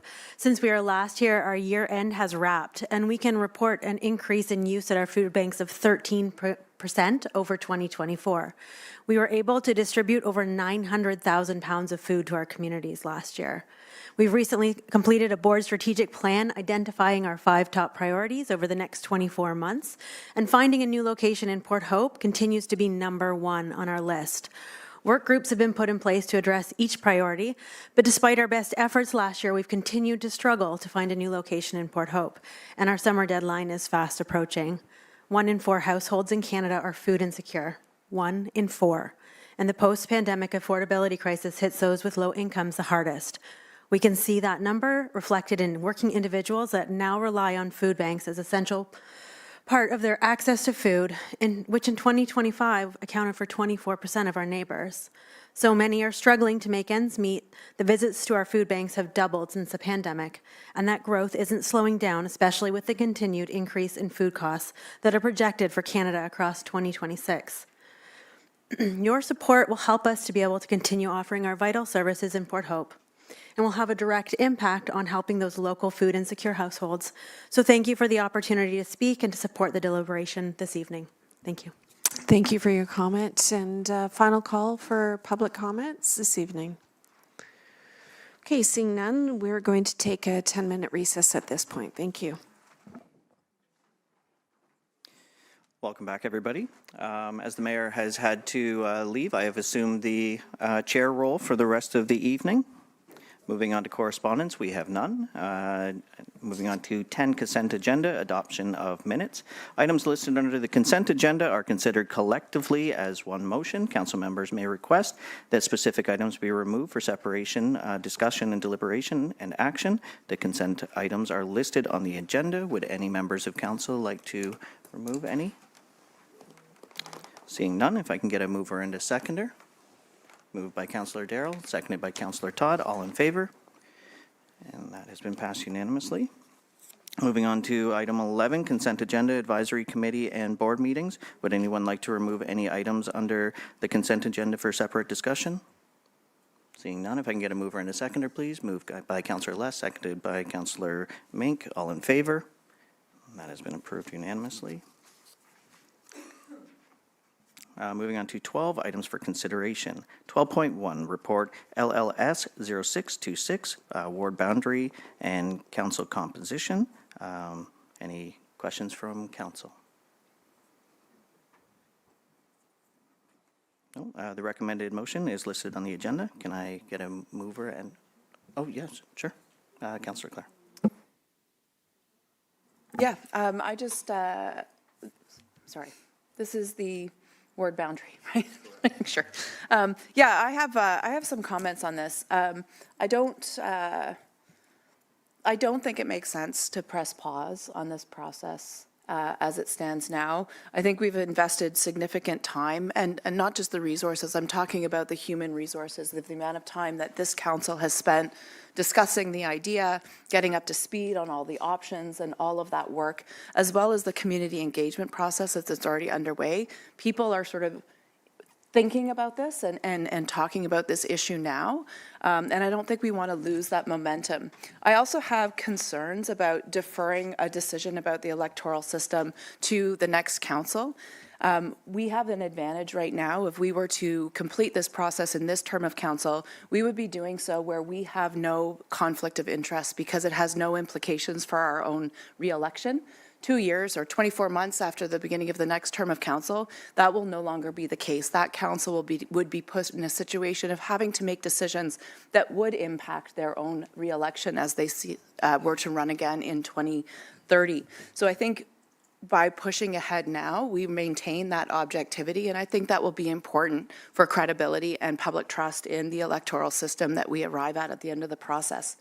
I also do think it's worth noting that some of the options we're looking at would not be implicated by any growth scenario anyway, such as an at-large system, for example. There would be no issue with respect to any change in those population growth forecasts.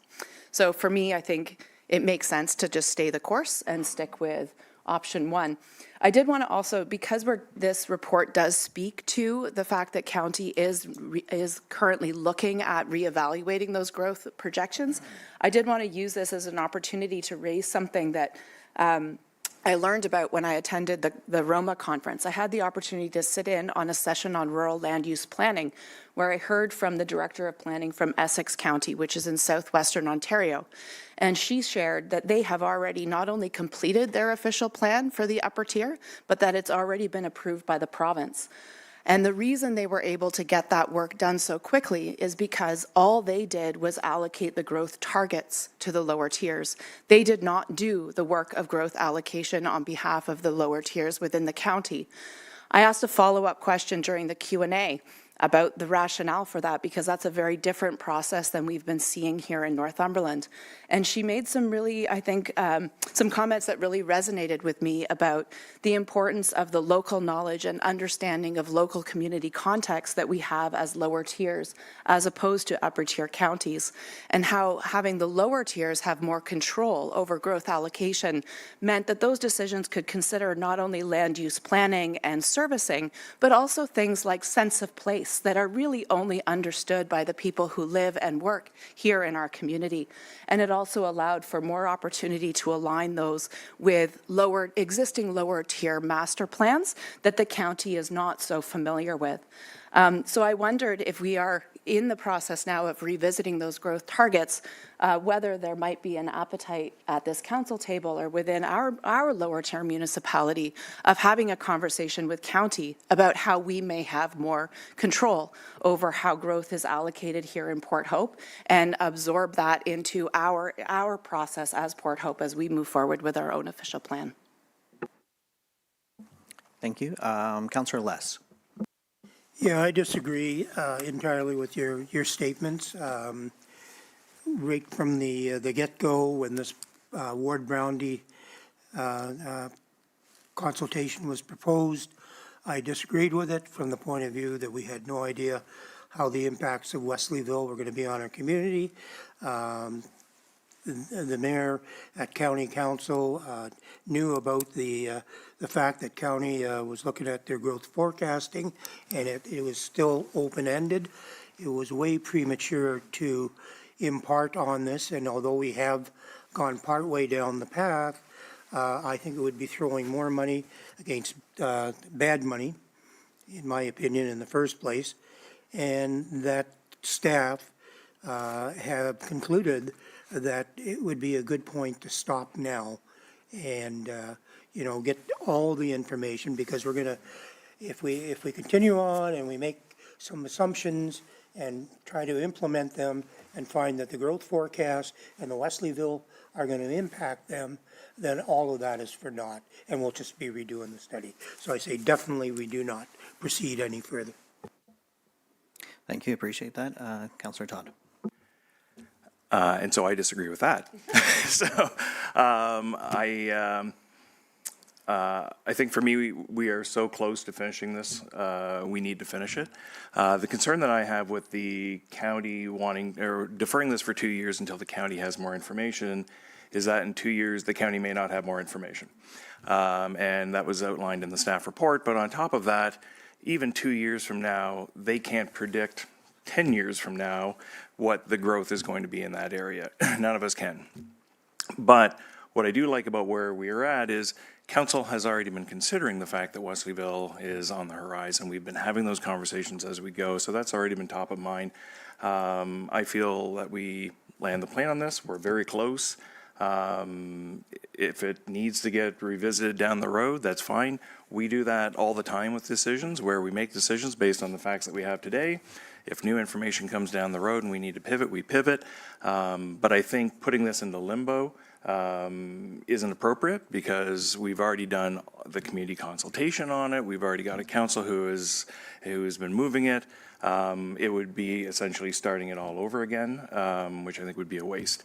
I'm also quite curious about the comments you made around that conversation with county, because I think there's also a really interesting dialogue there that can be brought up, adjacent to what we're doing here, because it does make sense to me that we are the ones who are going to be closest to the data, because we understand what we're going to be doing inside of our own boundaries, and also the growth that we've got on the horizon. But I don't want to take us too far off that path. But anyways, I'd be an advocate for continuing to completion. Thank you. Councillor Mink? Thank you. So, Councillor Less, I agree with what you said. I think it was yourself and I that voted against this at the time. But for that reason, my opinion is that we proceed. This council decided, even though we made our arguments not to do this now, agreed to make the investment and go forward. And I think that decision was made. And if we hold up now, we've spent a lot of time and money and resources, community participation, and it could be all for nothing if we pause. I think what Councillor Clare said, I agree with, that there are models that it doesn't really matter what the growth will look like, that we can still make those decisions. And when I looked at the proposed maps, I saw some wards dipped into urban areas and so on. So it didn't really, to me, I feel like we could still proceed with what was presented and come up with our own local decisions because we know our community. Yes and no, I agree with part of what all of my peers up here have said. But I do agree that we should move forward now because we've started. Thank you. Yeah, go ahead, Darryl. Oh yeah, I also wasn't really a big fan of doing this either. I think I also voted not to move forward. I just think we're really on a shortened time frame with this being an election year. I think it really shortens it up, and I don't really think this is something that we should be rushing to get across the line just for the sake of getting it across the line. I appreciate that. Does staff have anything that they would like to say on this?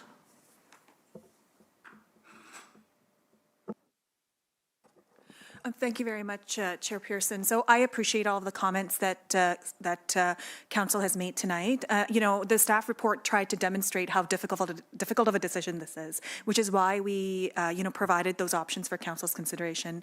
And I think we noted, as noted in the staff report, any of the options that is selected today, we will continue to work forward and bring to completion as per Council's decision. So if a motion is made tonight to continue with option 1, for example, then we will still honor the existing motion and bring forward and the consultant will continue doing their work. Our goal always is to ensure that whatever decision is brought forward or whatever recommendations are brought forward by the third-party consultant are defensible to any sort of defensible from an accountability perspective, but also defensible in light of any appeal. And we are confident that that is the process that has been followed thus far. Thank you. Councillor Mink. So I just have a question, 2 questions sort of. So in response to Councillor Darrell's comment about pushing this across the line, in my eyes, we're not necessarily, the ward boundary review, I don't see as the end of this term being a deadline. It will be a little bit difficult for a new council to kind of come into it and make those decisions, but I don't think we have to make that decision by any timeline. The council remuneration, though, composition, is that I do think that is something that we should be deciding before this ended term, though. Do they need to be bundled together, or can they be handled separately?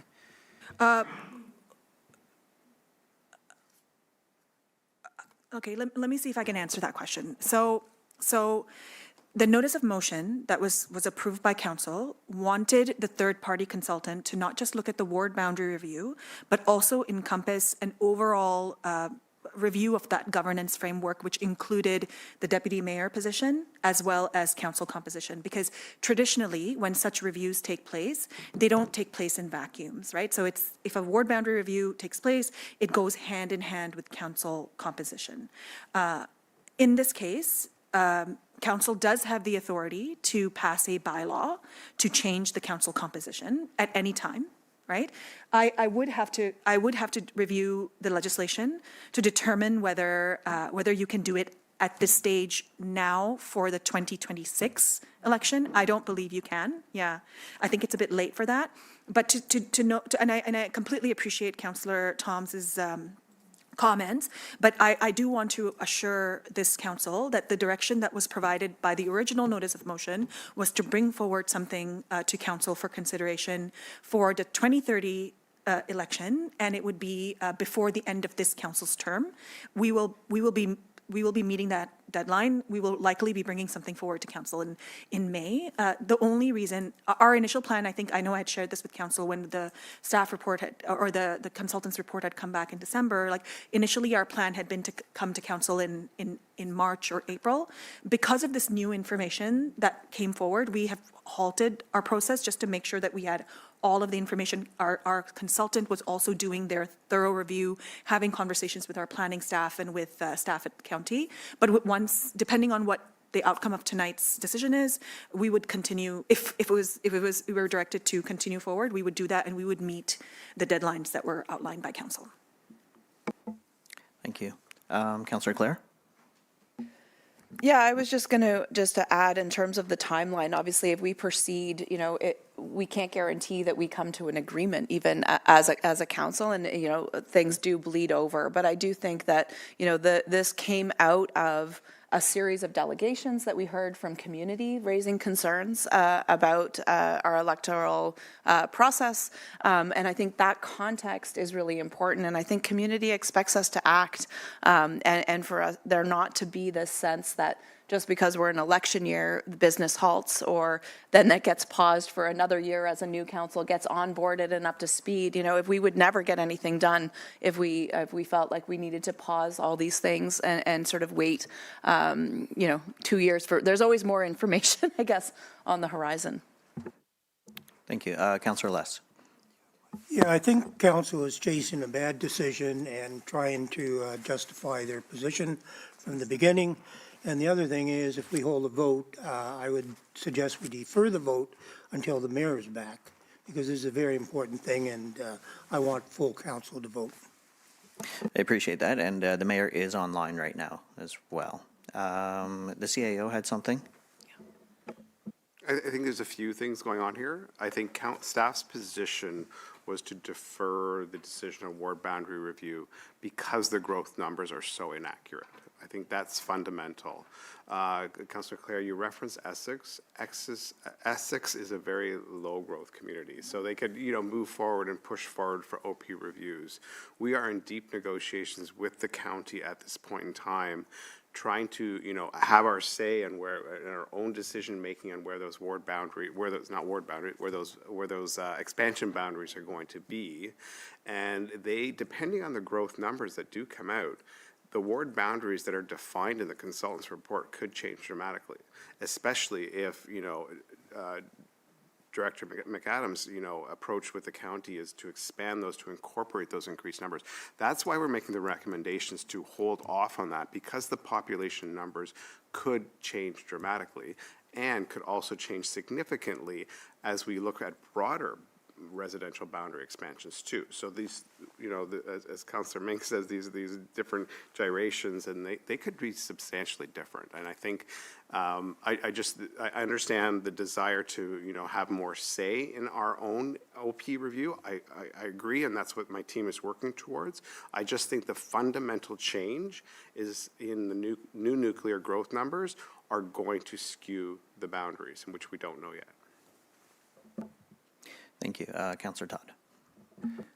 Yeah, I don't necessarily disagree with that. And I appreciate that that's actually the topic, is we're looking at, what the skew or the change in the population or the growth could be. But we, as you said, it may change it, it may not. We don't know the timeline. What I would suggest is we finish it. We will still have all the different maps that we got from this consultant. A council of the day can pull any one of them and go, based on what we've seen now, we'll implement one of these. They don't have to put a whole new system in place. They could just draw from the one that we have. If we see, 4 years from now, they need to change one. So I don't see any reason why we would stop at this point. I think it's also a question of sequencing. And in fact, I was the one who asked the question of the consultant when they were here in December about the growth. And one of the things that the consultant was very explicit about is that we design our ward boundaries based on today, based on our current population to ensure, equitable representation today. So even if we have different growth targets connected to Wesleyville, that growth isn't necessarily going to materialize in the next term of council. It could be 10 years down the road, in which case it's a healthy time to be doing another review at that point anyway. I just don't think that, healthy democracy should be put on hold while we wait for information that we don't even know is going to have an implication down the road. I think we've made a decision that it's important at this juncture, given how long it's already been since we've had a look at our electoral process. I think we move forward and we let we cross the bridge when we come to it, should there be information that arises that calls into question our decision.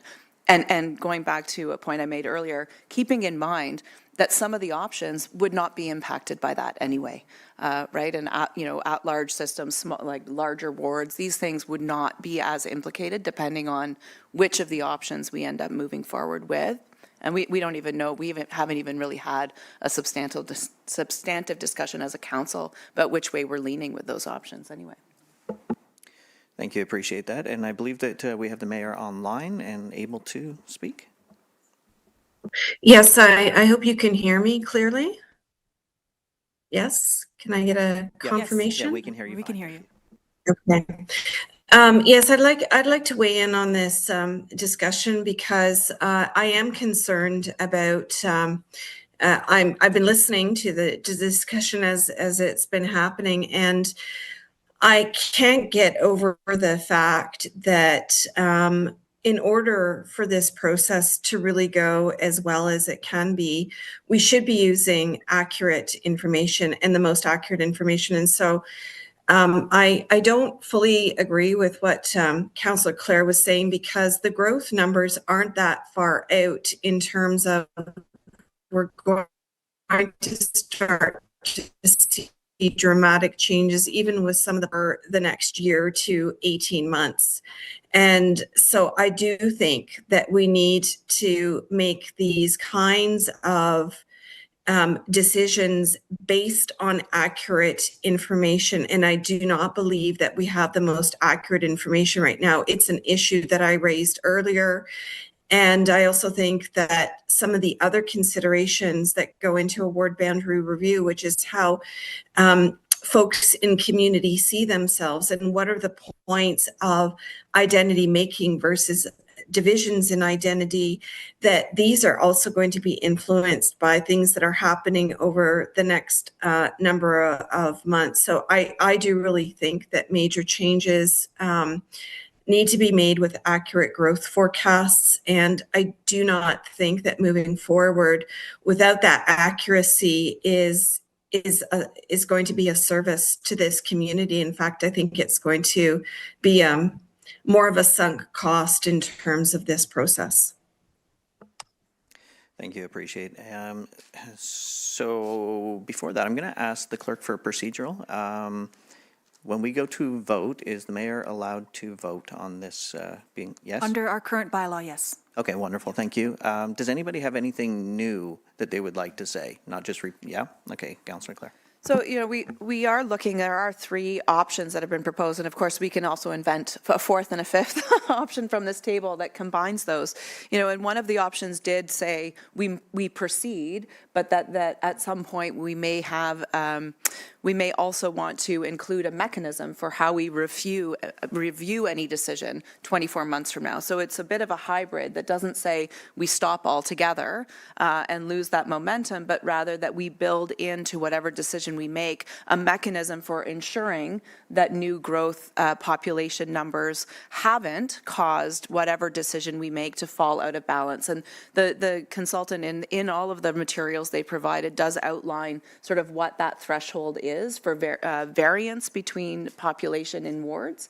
And we could proceed now, make a decision as a council, and then review that and have built in a mechanism that the next council would use just to verify that whatever changes in that population projection hasn't caused whatever ward system we adopt to fall out of balance or outside that threshold for effective representation. Appreciate that. So I guess right now what I'm going to, do you have something new? Yeah, Councillor Les. Yeah, I'd like a recorded vote. Okay, appreciate that. And the clerk's getting ready for that. So that was the next thing that I was going to say. I think that we've had enough discussion on that. Does anybody have a motion that they would like to put forth? And why don't we just get that down? Councillor Todd. Yeah, I'd like to put forward option number 1, continue to completion.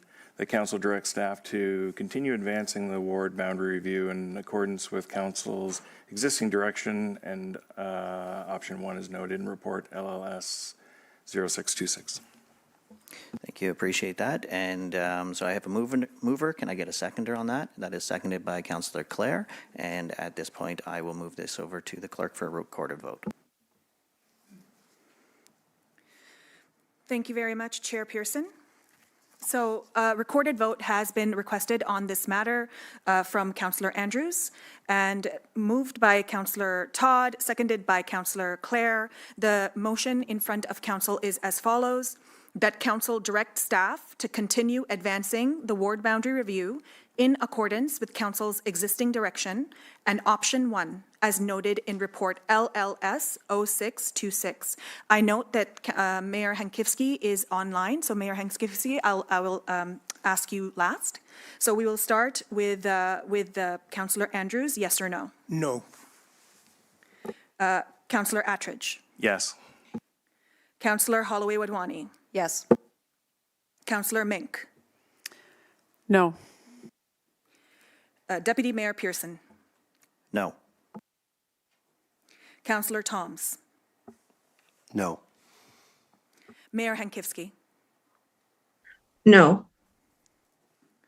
Chair Pearson, the noes are 5, 2 yeses are 2. The motion fails. Thank you, appreciate. Moving on, Councillor Clare.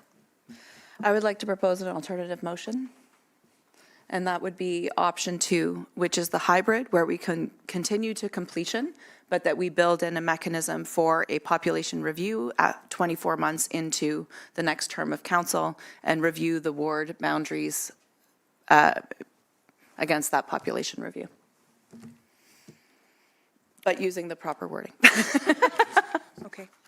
Thank you. So I have a mover. Can I get, sorry? Oh, sorry, Elena.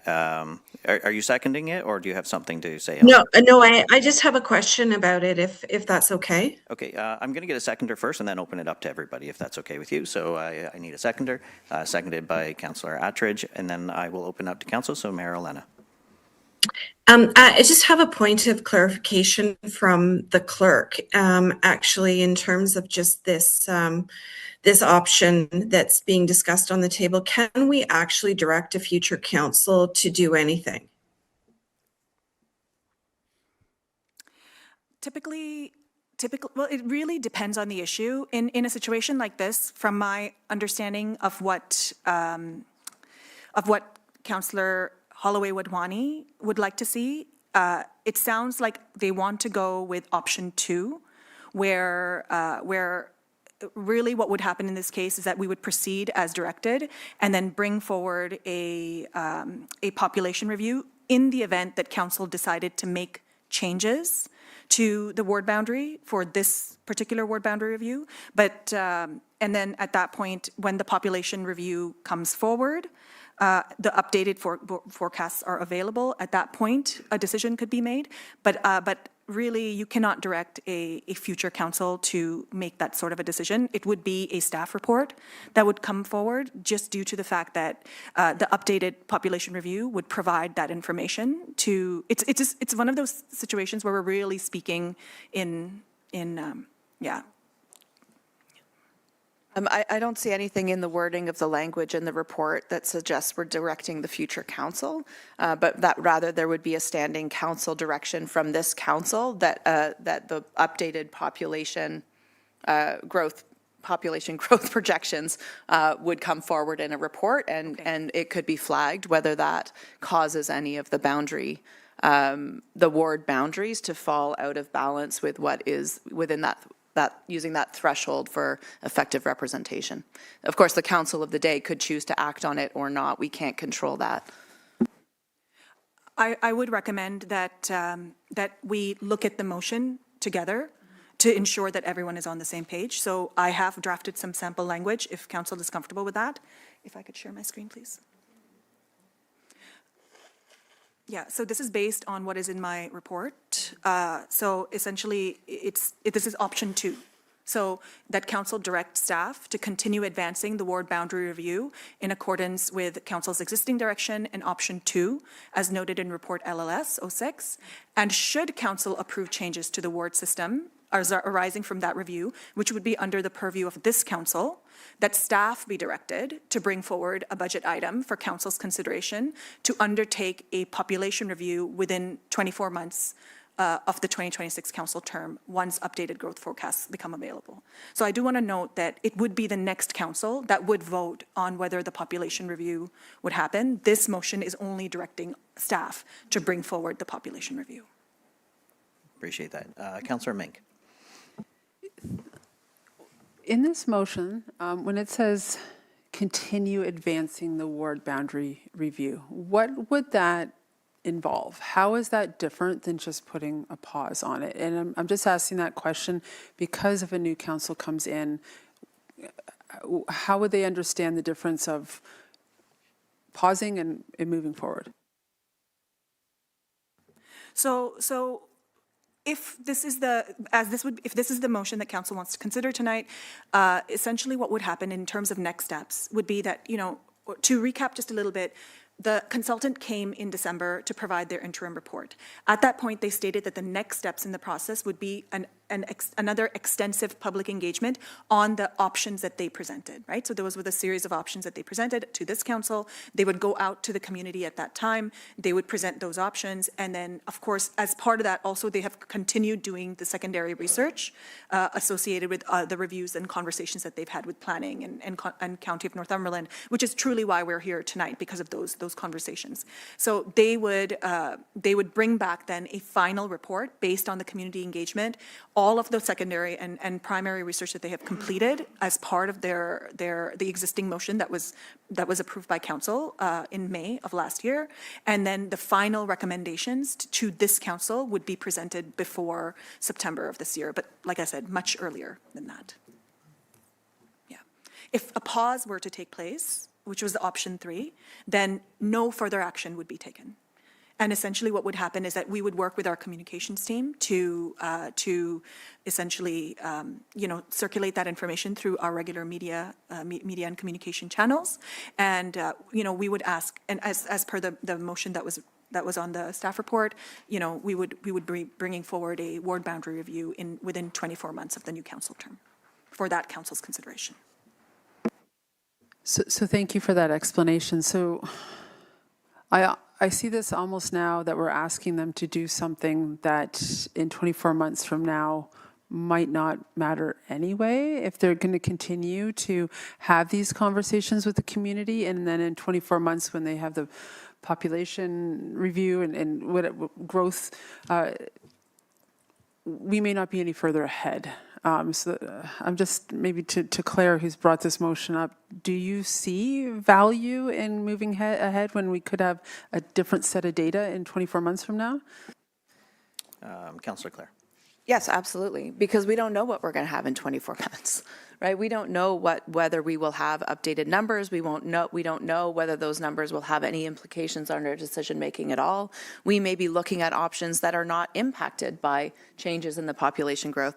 And as we're having this conversation about growth allocation, think about how valuable that rich data will be, where we are looking at sense of place and getting input from community about what their communities of interest are, how they interact with the municipality, where they see those appropriate appropriate groupings and how helpful that will be to the official planning process and how we allocate that growth in keeping in mind those communities of interest and that sense of place. Thank you. Mayor Elena. So I'm again listening to the conversation, and I do find that this is from my perspective a more balanced approach, and this is one that I can get behind, because I do think that there continues to be an opportunity to collect information and not to have a complete sunk cost in terms of the process that's been started, but it also acknowledges a real concern about growth numbers. And it's not a concern that I feel that when we gave it to the consultants, they took as seriously as I would have liked them to have taken this. So from my perspective, this is a balanced approach for moving forward. Thank you. Councillor Todd. Thank you. I was just also going to make a point of clarification on Councillor Minks, just so we all understand that this would mean we complete the work that we had embodied. Staff would just simply bring the report forward to another council to see it. Okay, yeah, it's not that it would change anything we do on it. Okay, great. Thank you. Councillor Less. Yeah, I think the reasoning of it being a more balanced approach is kind of a weak-kneed argument, in that, you know, your CAO has just stated a bunch of facts about the impact of numbers that we keep downplaying by saying that may or may not occur. Usually it may not occur, so we should go ahead and base our facts on erroneous numbers now. So again, I disagree with the mayor. Thank you. Yeah, CAO Mike. Just a couple points, just for council's consideration. We are already starting population growth numbers and employment numbers. Those analyses, we're not waiting 2 years. There is an expectation out of the impact assessment, and as they're doing their socioeconomic, discoveries, as they go through the impact assessment process, those numbers will come relatively soon and quickly. I think 2 years is sort of the outset number. And I also want council to consider resident fatigue on input. So you're going to come and provide all this input, and then possibly at the outset 2 years, coming back with population numbers saying, oh, all the boundaries have changed, we need your input again. So I'm just want council to be mindful of that can happen in a very short period of time. Thank you. Councillor Thompson. Just the concern I would have with going with this route is it does accomplish the first part of the last motion of getting the work done, but it leaves it too wide open, I think, because if the next council decides not to take the county information into account and not do a study, then that information is lost anyway, and hasn't been applied to the ward boundary review. Thank you. Councillor Todd. Yeah. I appreciate that, and we can't predict what they'll do with the data. They may or may not. To the CAO's point, I guess what I would be concerned about is that if we're going to get hung up on future data, this council may as well start slowing down, because how many other decisions are we going to be looking at where we go, maybe we shouldn't deal with that right now because more data is coming, and I would hate to get into that loop where council just keeps looking at stuff going, maybe we don't do this now, maybe we wait until more data comes. I think we need to keep moving and do what's right, and as data comes, as it always will, review that again. Councillor Clare. I do also want to point out that if we were to decide to pause, there's no guarantee the next council picks this up at all. Right? They would have no obligation to do so. So, there is always going to be a risk for that, whatever, and I think maybe we're more conscious of that in our last year in this term of council, that the next council can do something completely different. They don't have to continue following suit with us. I also think, to the point about resident fatigue, I also think there's a point here about respect for residents who have already engaged in the process. People came forward and said they wanted us to look at this. We listened, we commissioned this on the basis of that community demand. We've had many, many, many residents already engage in this process. And what does it do to their likelihood or propensity to engage with us if we just cut off processes that they've already engaged with and walk away from them, potentially not even to be picked up at all? So, I appreciate the comments, and this is obviously this is nuanced. There's probably no clear right or wrong. There's just, different lenses to look at when we're approaching the decision. Thank you, appreciate that. So we have a motion that was put forth by Councillor Clare, seconded by Councillor Attridge. I note that the last motion was to ask for a recorded vote. This one, it would not be under the recorded vote unless asked for. And Councillor Less is asking for a recorded vote. So at this point, I will pass this over to the clerk for a vote.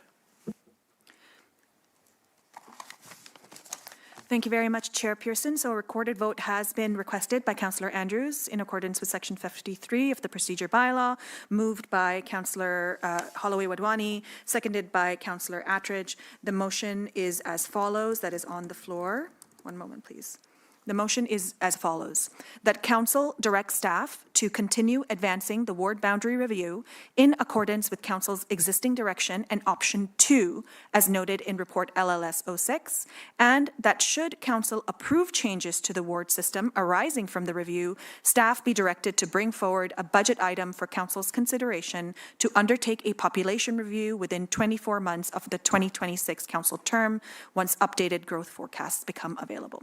So I would request members respond yes or no when called upon. We will start with Councillor Andrews. No. Councillor Attridge. Yes. Councillor Holloway-Wadhwani. Yes. Councillor Mink. Yes. Deputy Mayor Pearson. Yes. Councillor Toms. No. Mayor Hankivsky. Yes. That's 5 yes votes to 2 no votes. The motion passes. Thank you. Moving on to item 12.2, Report LLS 0726, Equity, Diversity, and Inclusivity Policy. And I am going to open this up to, does staff have anything that they would like to say first? No, I'm going to open up to council. Any comments or questions? Councillor Todd. Yeah. Thanks very much. And I think, as everyone knows, this has been near and dear to my heart. So I've been, and as you look at the staff report, I've got several little emotions attached to it. So thank you to staff for bringing this forward. I know there's been a lot of work that's gone into this, not only the strategy and the framework that preceded it, but also in getting this this policy forward. And I think the content of the policy is really solid. There's a lot of great things in there. I think it is certainly with all the intention of accomplishing what we're trying to do. To me, I think this is one of the most important documents in our term of council in order to get done. As everyone can note, there's a lot going on in the world right now where people are losing all sorts of rights and identities, and I think a policy like this is really what grounds everything and makes sure that once it's entrenched, we are protecting the people who are most vulnerable, and so I appreciate the view in which we've gone through this. When I look at this policy, though, it's not quite going far enough for me. And the reason I say that is in policy work, the word shall carries a significant weight. That carries a meaning around being mandatory, whereas words like should really are around options. And the document has a lot of should. For me, it doesn't have enough shall. And there are very specific sections of the document that are written as should or may, and what it ends up doing is it weakens the accountability and the enforceability of the policy. And so I have some examples here. Sections 3.1, the way it's written, it's actually optional that staff use this policy, strategy, and framework. Section 3.5, it's optional that council and committee members ensure the policy is being used by staff. In section 4.2, the way it's written, it's optional that the EDI strategy and framework be considered before reports or motions come to council or committees. In that same section, the way it's written, it's optional that staff reports reflect on or consider the potential impacts on diverse groups of people to ensure inclusivity and avoid potential access barriers. In that same section, as it's written, it's optional that motions or reports consider whether the diversity of the community was accounted for. In section 4.3, the way it's written, it's optional that this policy and the EDI strategy and framework is reviewed on an annual basis. In section 4.4, as it's written, it's optional that the public receive updates about the efforts being made towards EDI within the corporation. And in section 4.5, the way it's written, it's optional that staff actively seek input from community-based organizations regarding equity and social justice. So, you know, we've certainly learned in this term of council that language is important and we need to make sure things are clear. So I would recommend that the document of the policy get revised to include those words shall, so that we have that kind of enforceability and accountability in the document. Without it, councils change, staff rotate, the policy could be interpreted to be optional, and I don't want that. I think once we get this document done, it's going to be a really valuable piece for this community. The other thing I would also raise is in the original motion, we did talk about things around community and residents. So we talk about residents and visitors and making sure that we're doing work for them. For me, it was notable that there wasn't much in there. So I appreciate the fact that in the staff report, we're outlining all the internal documents that are taken care of, and I think that's really valuable and that's important. But there's really no mechanism for members of the public or residents to challenge the bias that may be in existing documents that we have or policies that we have. And there's no mechanism by which then that would come forward for us to examine and then remove any biases in the event that we found them. So the intention when we built this was all future policies and bylaws and procedures and so on would be vetted through it, but also that if something is in our existing, there's a mechanism by which people can flag that. It goes through the same process, and if it's identified, then how do we go forward and change it? So I think we're nearly there, but for me, it's not quite there, and I would refer it back. But those are my comments. Thank you. Thank you, appreciate that. Mayor Elena. Thank you. My comments are a little bit different in terms of just some of my observations. First of all, I also want to give a huge appreciation for the work that went into this. And in particular, I was very excited to see that we would have an analysis of our yearly budget. I think this will actually put Port Hope in a league of its own. If we look at some of the best practices with things like gender budgeting, those are really important innovations. And I think that as much as the director this year linked some of our decisions back to the strategic plan, to be able to overlay that with EDI considerations is very powerful, and financial decisions are such a key driver to ensuring equitable decisions in the municipality. So I really want to acknowledge that. The second, the part that I really wanted to acknowledge was the fact that staff reports would need to have attention to EDI when they do come forward.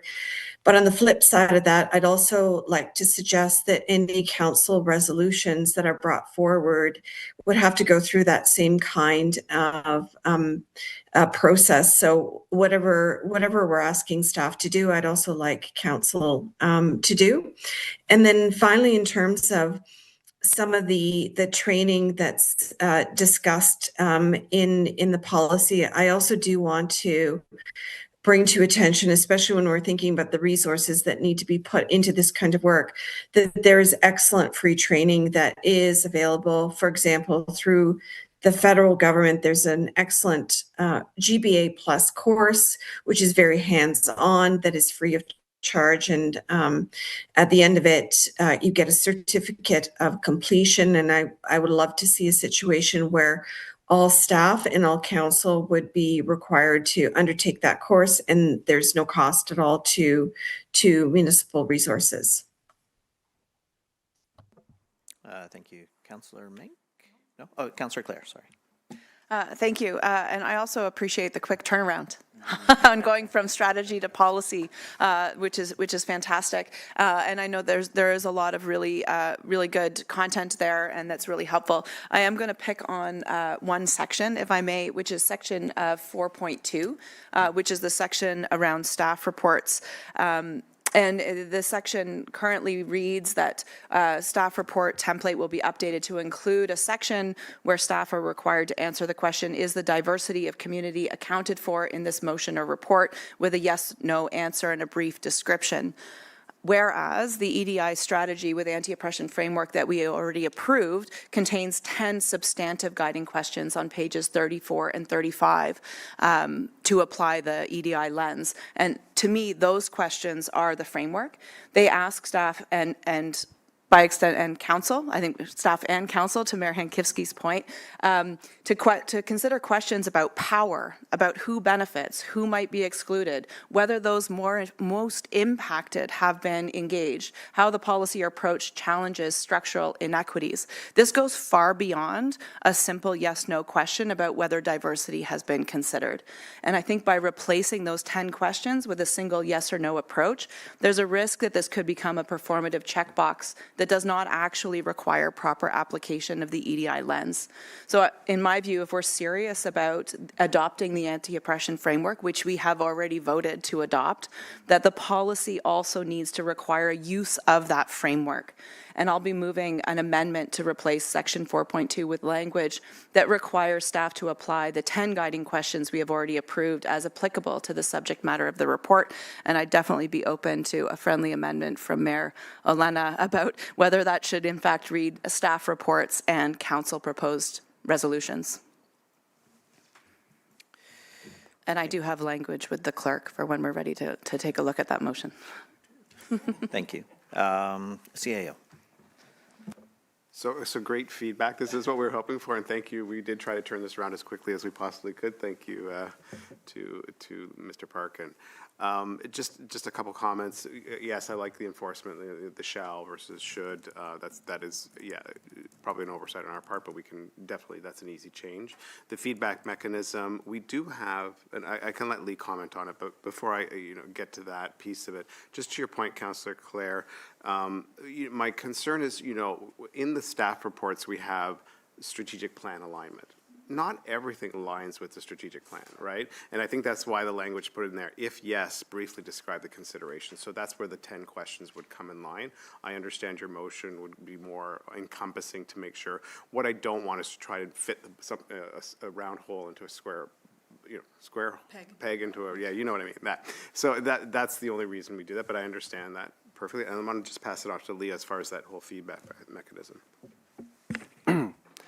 Thank you, through you, Chair. To actually, Councillor Todd, I'll start with your comments just about the mechanism. So we can certainly add in sort of a formal process in the policy in terms of comments or questions from the public and concerns about our policies and EDI considerations. They can make those, they can submit concerns to the clerk's office anytime. It's not formally in the policy, so we can definitely add that. But they do have the ability to make complaints, as they do about any municipal services now, and those would be addressed by staff as appropriate. Just to follow up on the CAO's comments there. The way that I drafted the section 4.2 was really to, so if you look at the strategy, there's 11 foundational steps in there. And number 6 is the one that speaks about integration of EDI considerations into reports, projects, budgets, et cetera. So that one recognized that sort of initially staff may not have the knowledge training to do that deep dive of all 10 questions every time there's a staff report coming forward. So the way we had structured it was to try to give, at least initially, there's, you know, a foundational question of how have you considered, you know, and then if the staff report was dealing with something that particularly touched on EDI, then it suggests, and we could look at, you know, making the language a bit more strong, but looking at those 10 questions and then really going through the analysis of EDI in more depth. So that was the reason for the way we structured it, is to balance, you know, the EDI considerations, but also not putting too much on staff before they're familiar with the process.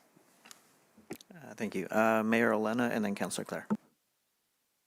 Thank you for that. And I want to pick up on this because when I used to, in my old life, do training with all kinds of public servants at the federal and provincial and local levels, one of the frustrations was that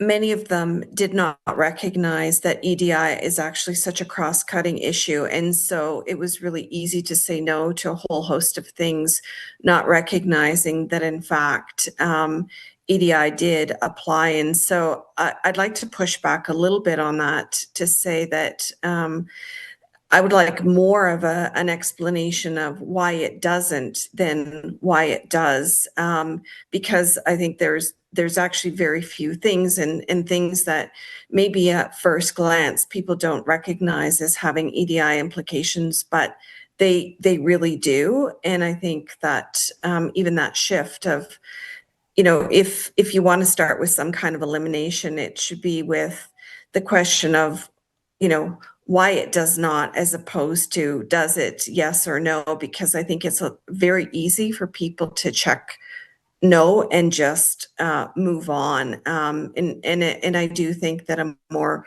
robust approach to considering EDI and staff reports using those questions is a really good guidance. And it doesn't necessarily mean that people have to answer each of those questions, but rather that they have to start grappling with those questions. And I think that's about also increasing competencies.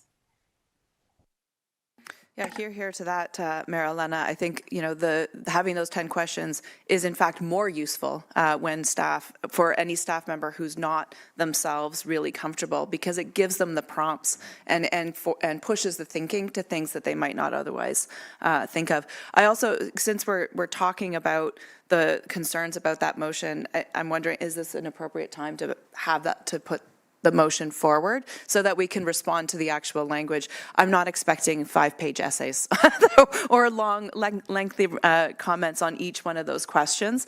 It still could be that summary, I think, which I appreciate to the comments from the CAO and from you, Director Parkin. But if we could put the motion up, yeah.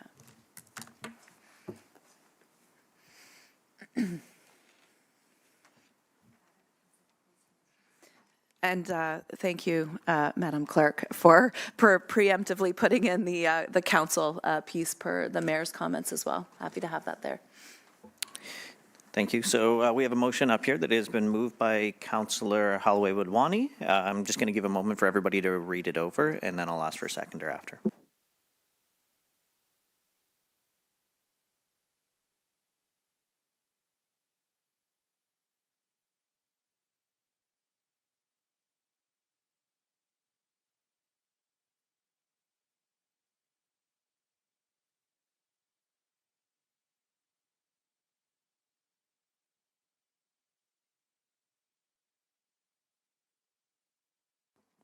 Okay, so we have a motion put forward by Councillor Clare. Is there a seconder for this motion? Seconded by Councillor Attridge. I'm going to open it up to council for any comments or questions on this. I'm seeing none. Does staff have anything that they'd like to say before we go ahead? No, thank you. Then I'm going to call the vote. All in favor? And that has been passed unanimously. Thank you. Councillor Todd. Thank you very much. I actually have a second motion for this item. If I could get the clerk to put it up for me. I did. It's in your Teams.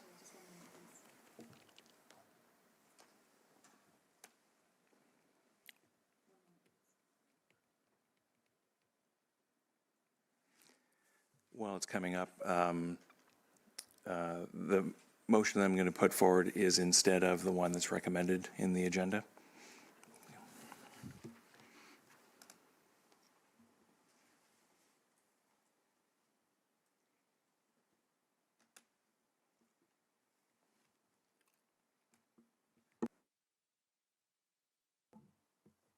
Okay, so we have a motion on the floor from moved by Councillor Attridge, and I will give everybody a moment to read this over.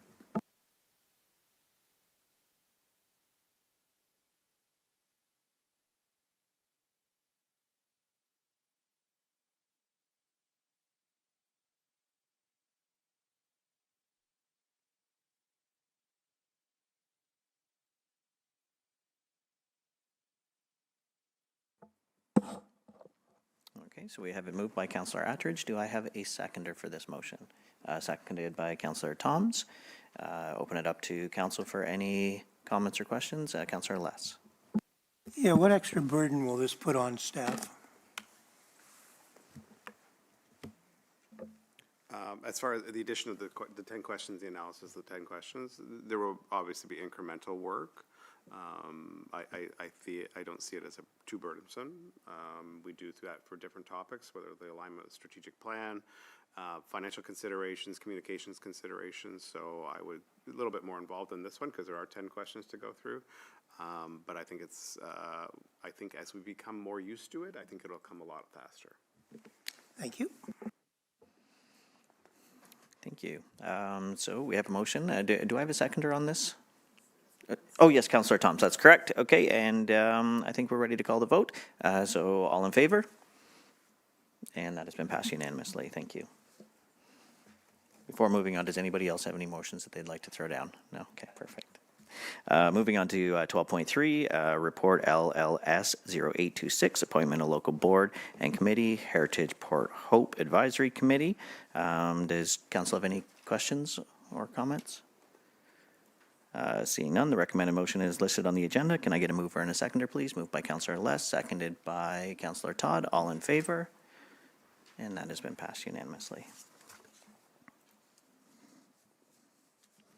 Moving on to item 13, committee reports and recommendations. 13.1, motion from Committee of the Whole meeting of February 3rd, 2026 regarding correspondence from Port Hope Public Library to Philip Lawrence, MP, Northumberland Clark regarding changes to Canada Post Corporations Act in Bill C-15. Is there anything further that anyone would like to add before we vote on this matter?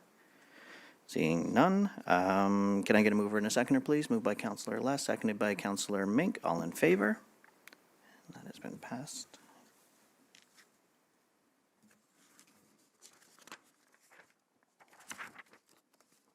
(13.2) Motion from Committee of the Whole, February 3rd, 2026, regarding presentation by Jane Mizanski, Vice President, Compensation Practice, Gallagher Benefits Services, and Report LLS 0226, Council Remuneration Results and Recommendations. Is there anything further that anyone from Council would like before we vote on this matter?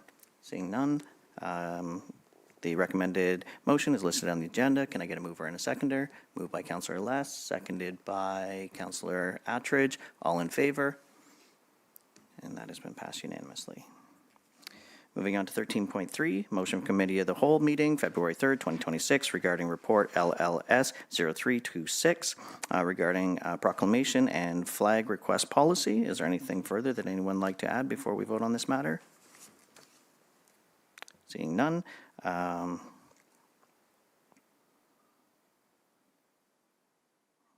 The recommended motion is listed on the agenda. Can I ask for a mover and a seconder, please?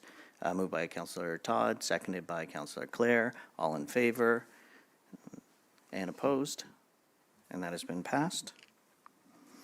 Moving on to 13.4, motion from Committee of the Whole, February 3rd, 2026, regarding report LLS 0426, corporate use of resources for election purpose policy. Is there anything further that anyone would like to add before we vote?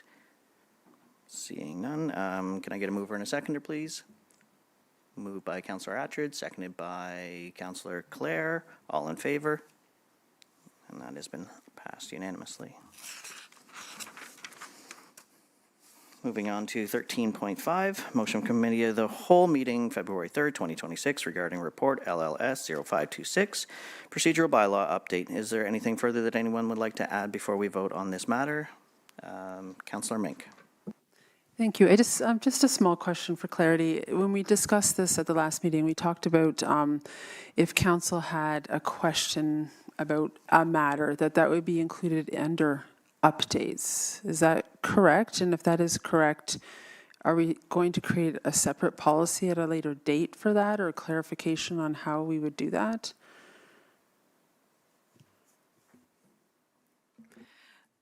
I don't recall, because it was a long evening on February 3rd, right? And that was not formal direction. So we included all of the formal direction that was provided by council. So our perspective, I think, is just in line with the council staff relations policy. Any questions that council would like to ask, that council would like staff members to answer, could be under the updates section. If that's provided in advance, then staff could provide those updates, because the current bylaw does have language in there that those updates do not necessarily need to be provided by council members. They could be provided by staff as well. So as long as that information is provided to staff in advance so that they can prepare those updates, right? Yeah, thank you. Yes, the conversation was around sometimes the public wants to hear us ask those questions, and the current procedural bylaw doesn't have a space for that. We used to have that space, and it's not about getting staff in a gotcha moment. It's 100% fine if we vet those questions first so staff is prepared.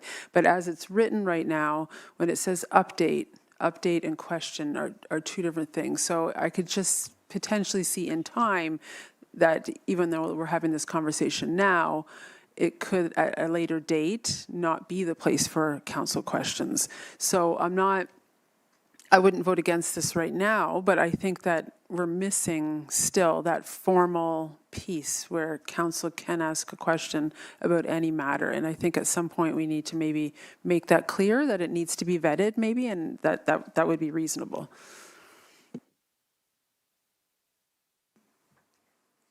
So if I may, Councillor Mink, that I appreciate where you're coming from. So the only thing I will say is that, the council staff relations policy does, it is outlined in that policy that is what the process is.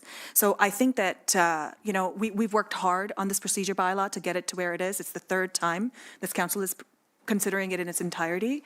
I know our CAO is committed to providing regular updates to council. There is another motion on the agenda tonight for consideration related to action tracking and reports and outstanding motions of council. So that would be an opportunity, I think, for council to ask questions at that point. So there are several mechanisms at play. We can certainly take that feedback and see how things play out with all of these changes that are coming forward, and in line with also the language that is in the procedure bylaw as well as the council staff relations policy. And if necessary, a further amendment could be brought forward to clarify that language in the future if necessary. Okay, anything else from council? I will note that Mayor Lena has now left the meeting. Okay.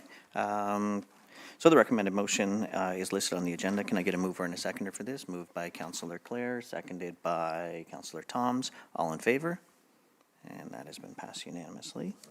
Moving on to item 13.6, motion from Committee of the Whole meeting February 3rd, 2026 regarding report PRC 0226, request for waiving the fees by 116 Royal Canadian Sea Cadet Corps, Skeena. Anything further that council would like to before we vote? Seeing nothing, the recommended motion is listed on the agenda. Can I get a mover and a seconder? Moved by Councillor Tom, seconded by Councillor Andrews. All in favor?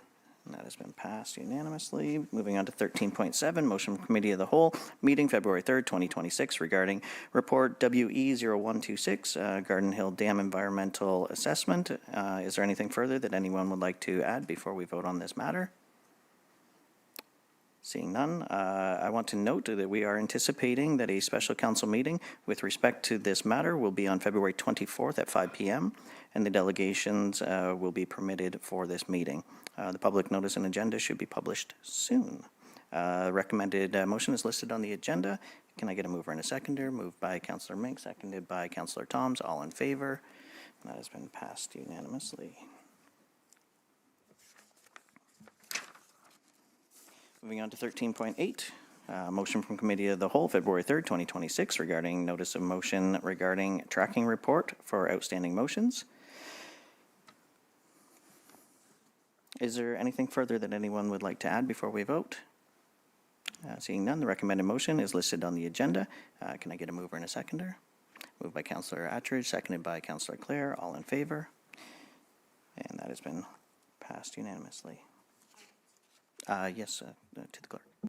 I wanted to just make a note for this council. In anticipation of this item being on the council agenda for consideration, there is specific direction in this motion that talks about a standing item in the order of business for council, for the action tracking report. So in anticipation of this item being considered, and in order not to bring another amendment to the procedure bylaw, we have added this item to the procedure bylaw as a standing item for the quarterly action tracking reports for outstanding motions. And we've also included a definition of what that is for council's consideration. So that is the only addition to the procedure bylaw that council will consider tonight, outside of all of the regularly, the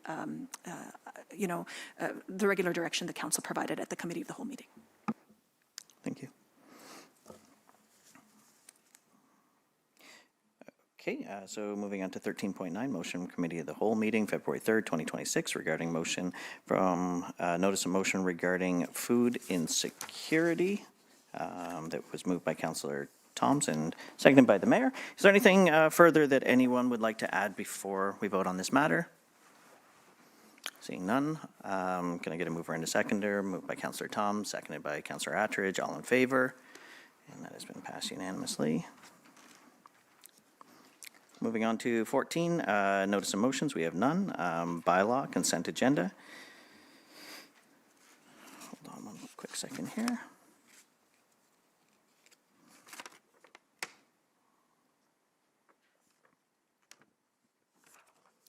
I believe a councillor has one of these that would like to pull out. Is that correct?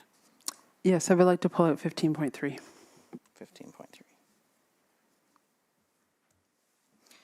So we have 15.1 and 15.2. That would be part of the consent agenda, so we vote on those together. So if I can get a mover and a seconder on 15.1 and 15.2, please. Moved by Councillor Tom, seconded by Councillor Less. All in favor? Okay, and moving on to 15.3, 09-2026, zoning bylaw amendment, ZB 02-2025, 86 John Street. Is there anything that you would like to say to this before we vote? Thank you. No, I just wanted to pull it out because I voted opposed to it, and I remain opposed to the structure of that height in the heritage area, so I wanted to vote separate on that. Thank you. Okay, can I get a mover and a seconder for this? Moved by Councillor Less, seconded by Councillor Todd. All in favor? And opposed? And that has been passed. Moving on to question period. It is now time for question period. This is your opportunity to ask a brief, direct question to council members about matters of municipal business. Please remember, this is not a time to ask questions to staff, operational questions. And it should be directed to council. At this point, I'm going to call a very brief 5-minute meeting so that staff can leave.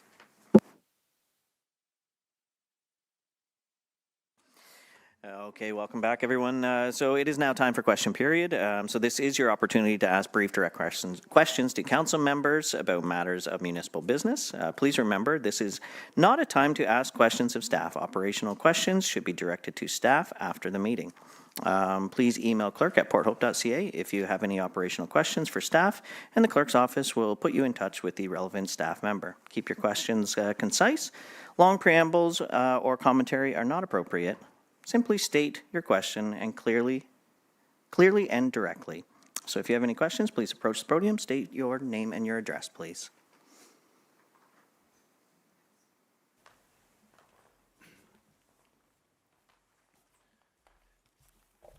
My first. Okay. So Ed, you're finished. If you could have a seat and we'll...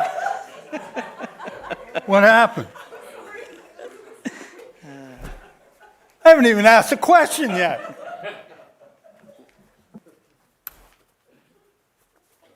Was it this thing?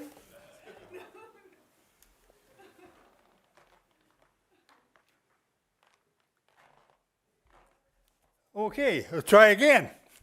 I'm very confused by the boundary thing. I kind of don't really understand at all what's going on. We paid a consultant a lot of money to come up with some kind of program, option 1, 2, 3, all that kind of stuff. Are they finished with their thing? So if they're not finished, what's this all about? Are you sending them in a new direction? No, we're not sending them in a new direction. They're not finished yet, and the council has put forth for them to continue on and bring up when they do have a final report. And Councillor Todd would like to speak to this. Yeah, maybe I can help out a bit there, Ed. So everything you said, true. Like, we put the money in, we're going forward. What staff raised is, hey, listen, there's a possibility that the data that's going to go into this thing could change because, we've got other things, Wesleyville being the big item, right? And so what they were putting towards us was, would you like to wait until we have more data? Or would you like to continue? And so they gave us 3 options. One of them was to just stay the course. One of them was to stay the course, but then in 24 months, when we do have more data, they would bring forward that report. And the third one was to hit the pause button until that data showed up. So that's what we were debating tonight. Was that information made public? Like, did I miss it somehow? Like, was it on an agenda or something Which somewhere? information, Ed, were you thinking of when you say, was that made public? Oh, Ed? Which information when you say, was that made public? The 3 recommendations. Oh, yeah. So the 3 recommendations are in the staff report, which was a part of tonight's agenda. Okay. So you can find those all online. So all 3 of them are there. So that's what we ended up debating. And then what we landed on was that hybrid, which is we're going to go ahead, finish all the things that we said we were going to finish. And then 24 months from now, when this council actually won't be there, the new council will receive that data, and then they can decide if they want to do something different or they can keep going. But we're still finishing the work that we set out. Okay. Now, if I may ask another question? Yep, go ahead. Right at the beginning of the meeting, it was stated that the youth wellness center received $900,000 worth of donations. Yes. Who's going to monitor that? Well, that's on them. What? $900,000. Like, is it for what programs? Like, who's going to be watching that money? So the 100 Hearts That Care for Youth Wellness is a fundraising campaign. So with the fundraising campaign, what each heart is $200 a month commitment for over 3 years. So when you add it all up, as there was 120 people or 20 hearts that came forth, when you add it up, that's where you get that. No, I got the dollar figure. program. I understand the program. Yeah, so it goes into the Rebound Youth Services for the Youth Wellness Hub, and they are the ones that will be using that money to increase the services. So do they have like, To be clear, what it's is not the munis- ramifications of that? Do they have a, So to be clear, it's not I hear- municipal money. These are donations that people made in the community, and it is not run by the municipality. It is run through Rebound. So we don't have any say in that. It's not on us now. It just, we were here part of the fundraising campaign, and we were helping with that. But it is not municipal money. It is not tax money or anything like that. And the it municipality just itself. seemed like a lot of money. It is. We have very generous people in this community, and they see a need, and they support that need. Will their projects be made public? I would assume so. Since it's a private thing, or? It's through Rebound Youth Services. Okay, thank you. Thank you. Any other questions? And if you can just state your name and your address, please. Hi, Faye Moore. Just a couple of comments, if I could, and a request. So this is a question period, not comment period, so I would. Question. I would Okay. ask you to, ask a question, Frame it in, please. oh, it's like Jeopardy, right? Okay, frame it in the form of a question. Regarding the Community Advisory Committee, why would the community not be involved in that as a Community Advisory Committee? The intention, way back when, as I recall, the conversation, and I think the wording in the legal agreement kind of lends itself to that, that it was intended to be a committee of townspeople that would come together and they would help to advise the municipality as well as CNL. So rather than structure this where the municipality is talking to CNL, I don't see the quarterly update substituting in any way for a properly constructed meeting, maybe monthly, bi-monthly, with townspeople where they would receive information from others going through the process.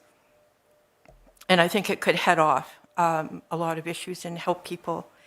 Another question is whether you would consider waiving rental fees for your facilities for nonprofit groups like ourselves who are trying to hold public meetings on nuclear issues of importance to the community. We are having to fundraise and get donations just to pay rental fees for the recreation center and the hub at Canton. And in addition, we are required to have insurance. So it's very costly for groups to try and do their part in bringing forward alternative viewpoints to the train going down the track very quickly on some issues. And just, I think just asking you to consider, have you considered that the decision facing you about Wesleyville and the largest nuclear facility in the world is probably the most serious, far-reaching decision a Port Hope Council has ever been asked to make. I cannot think of one in my lifetime, and even having El Dorado and then Cameco here was sort of an incremental move and change to a seed mill.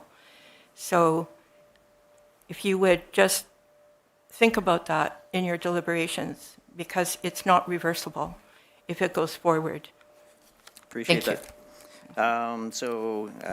The CAC, would the community be involved? I believe Councillor Clare would like to answer this.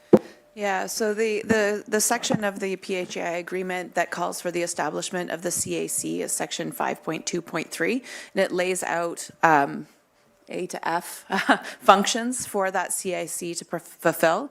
And then Clause G of that section reads that if a municipality decides not to appoint a CAC, it shall perform the functions of the CAC as laid out in clauses A through F. So I understand there was a CAC at one point. It was determined that that was not functioning, and from that point forward, it had been determined that the municipality would fulfill those functions. I think to the question I've been asking and asked this evening is for it to be made more clear publicly who in the municipality is fulfilling each of those functions. And it's not just council. There are some of those functions, I believe, that are being fulfilled by staff, and they've committed to bringing that forward in 45 days with some clarity that would be available publicly.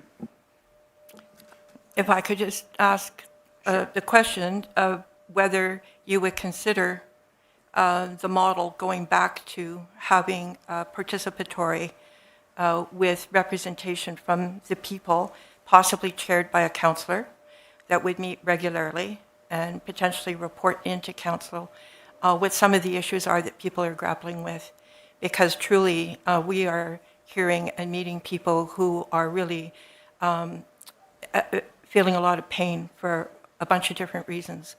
And having a place to go and having peers that they can talk to and work on problems, get some answers, and having some legal punch behind that, potentially with some legal advocacy help, and not being told that if they go to a lawyer, it starts at $5,000 to try and get that advice. So that would be really appreciated. Thank you. Thank you. And maybe I'll also answer your second question of waiving fees for nonprofit. It is something that council has the authority to do so, as you probably noticed that tonight too with the SKENA, as we were waiving one of the fees for that. It is something that nonprofits can do and bring it forth to us for consideration. Thank you very much. Appreciate it.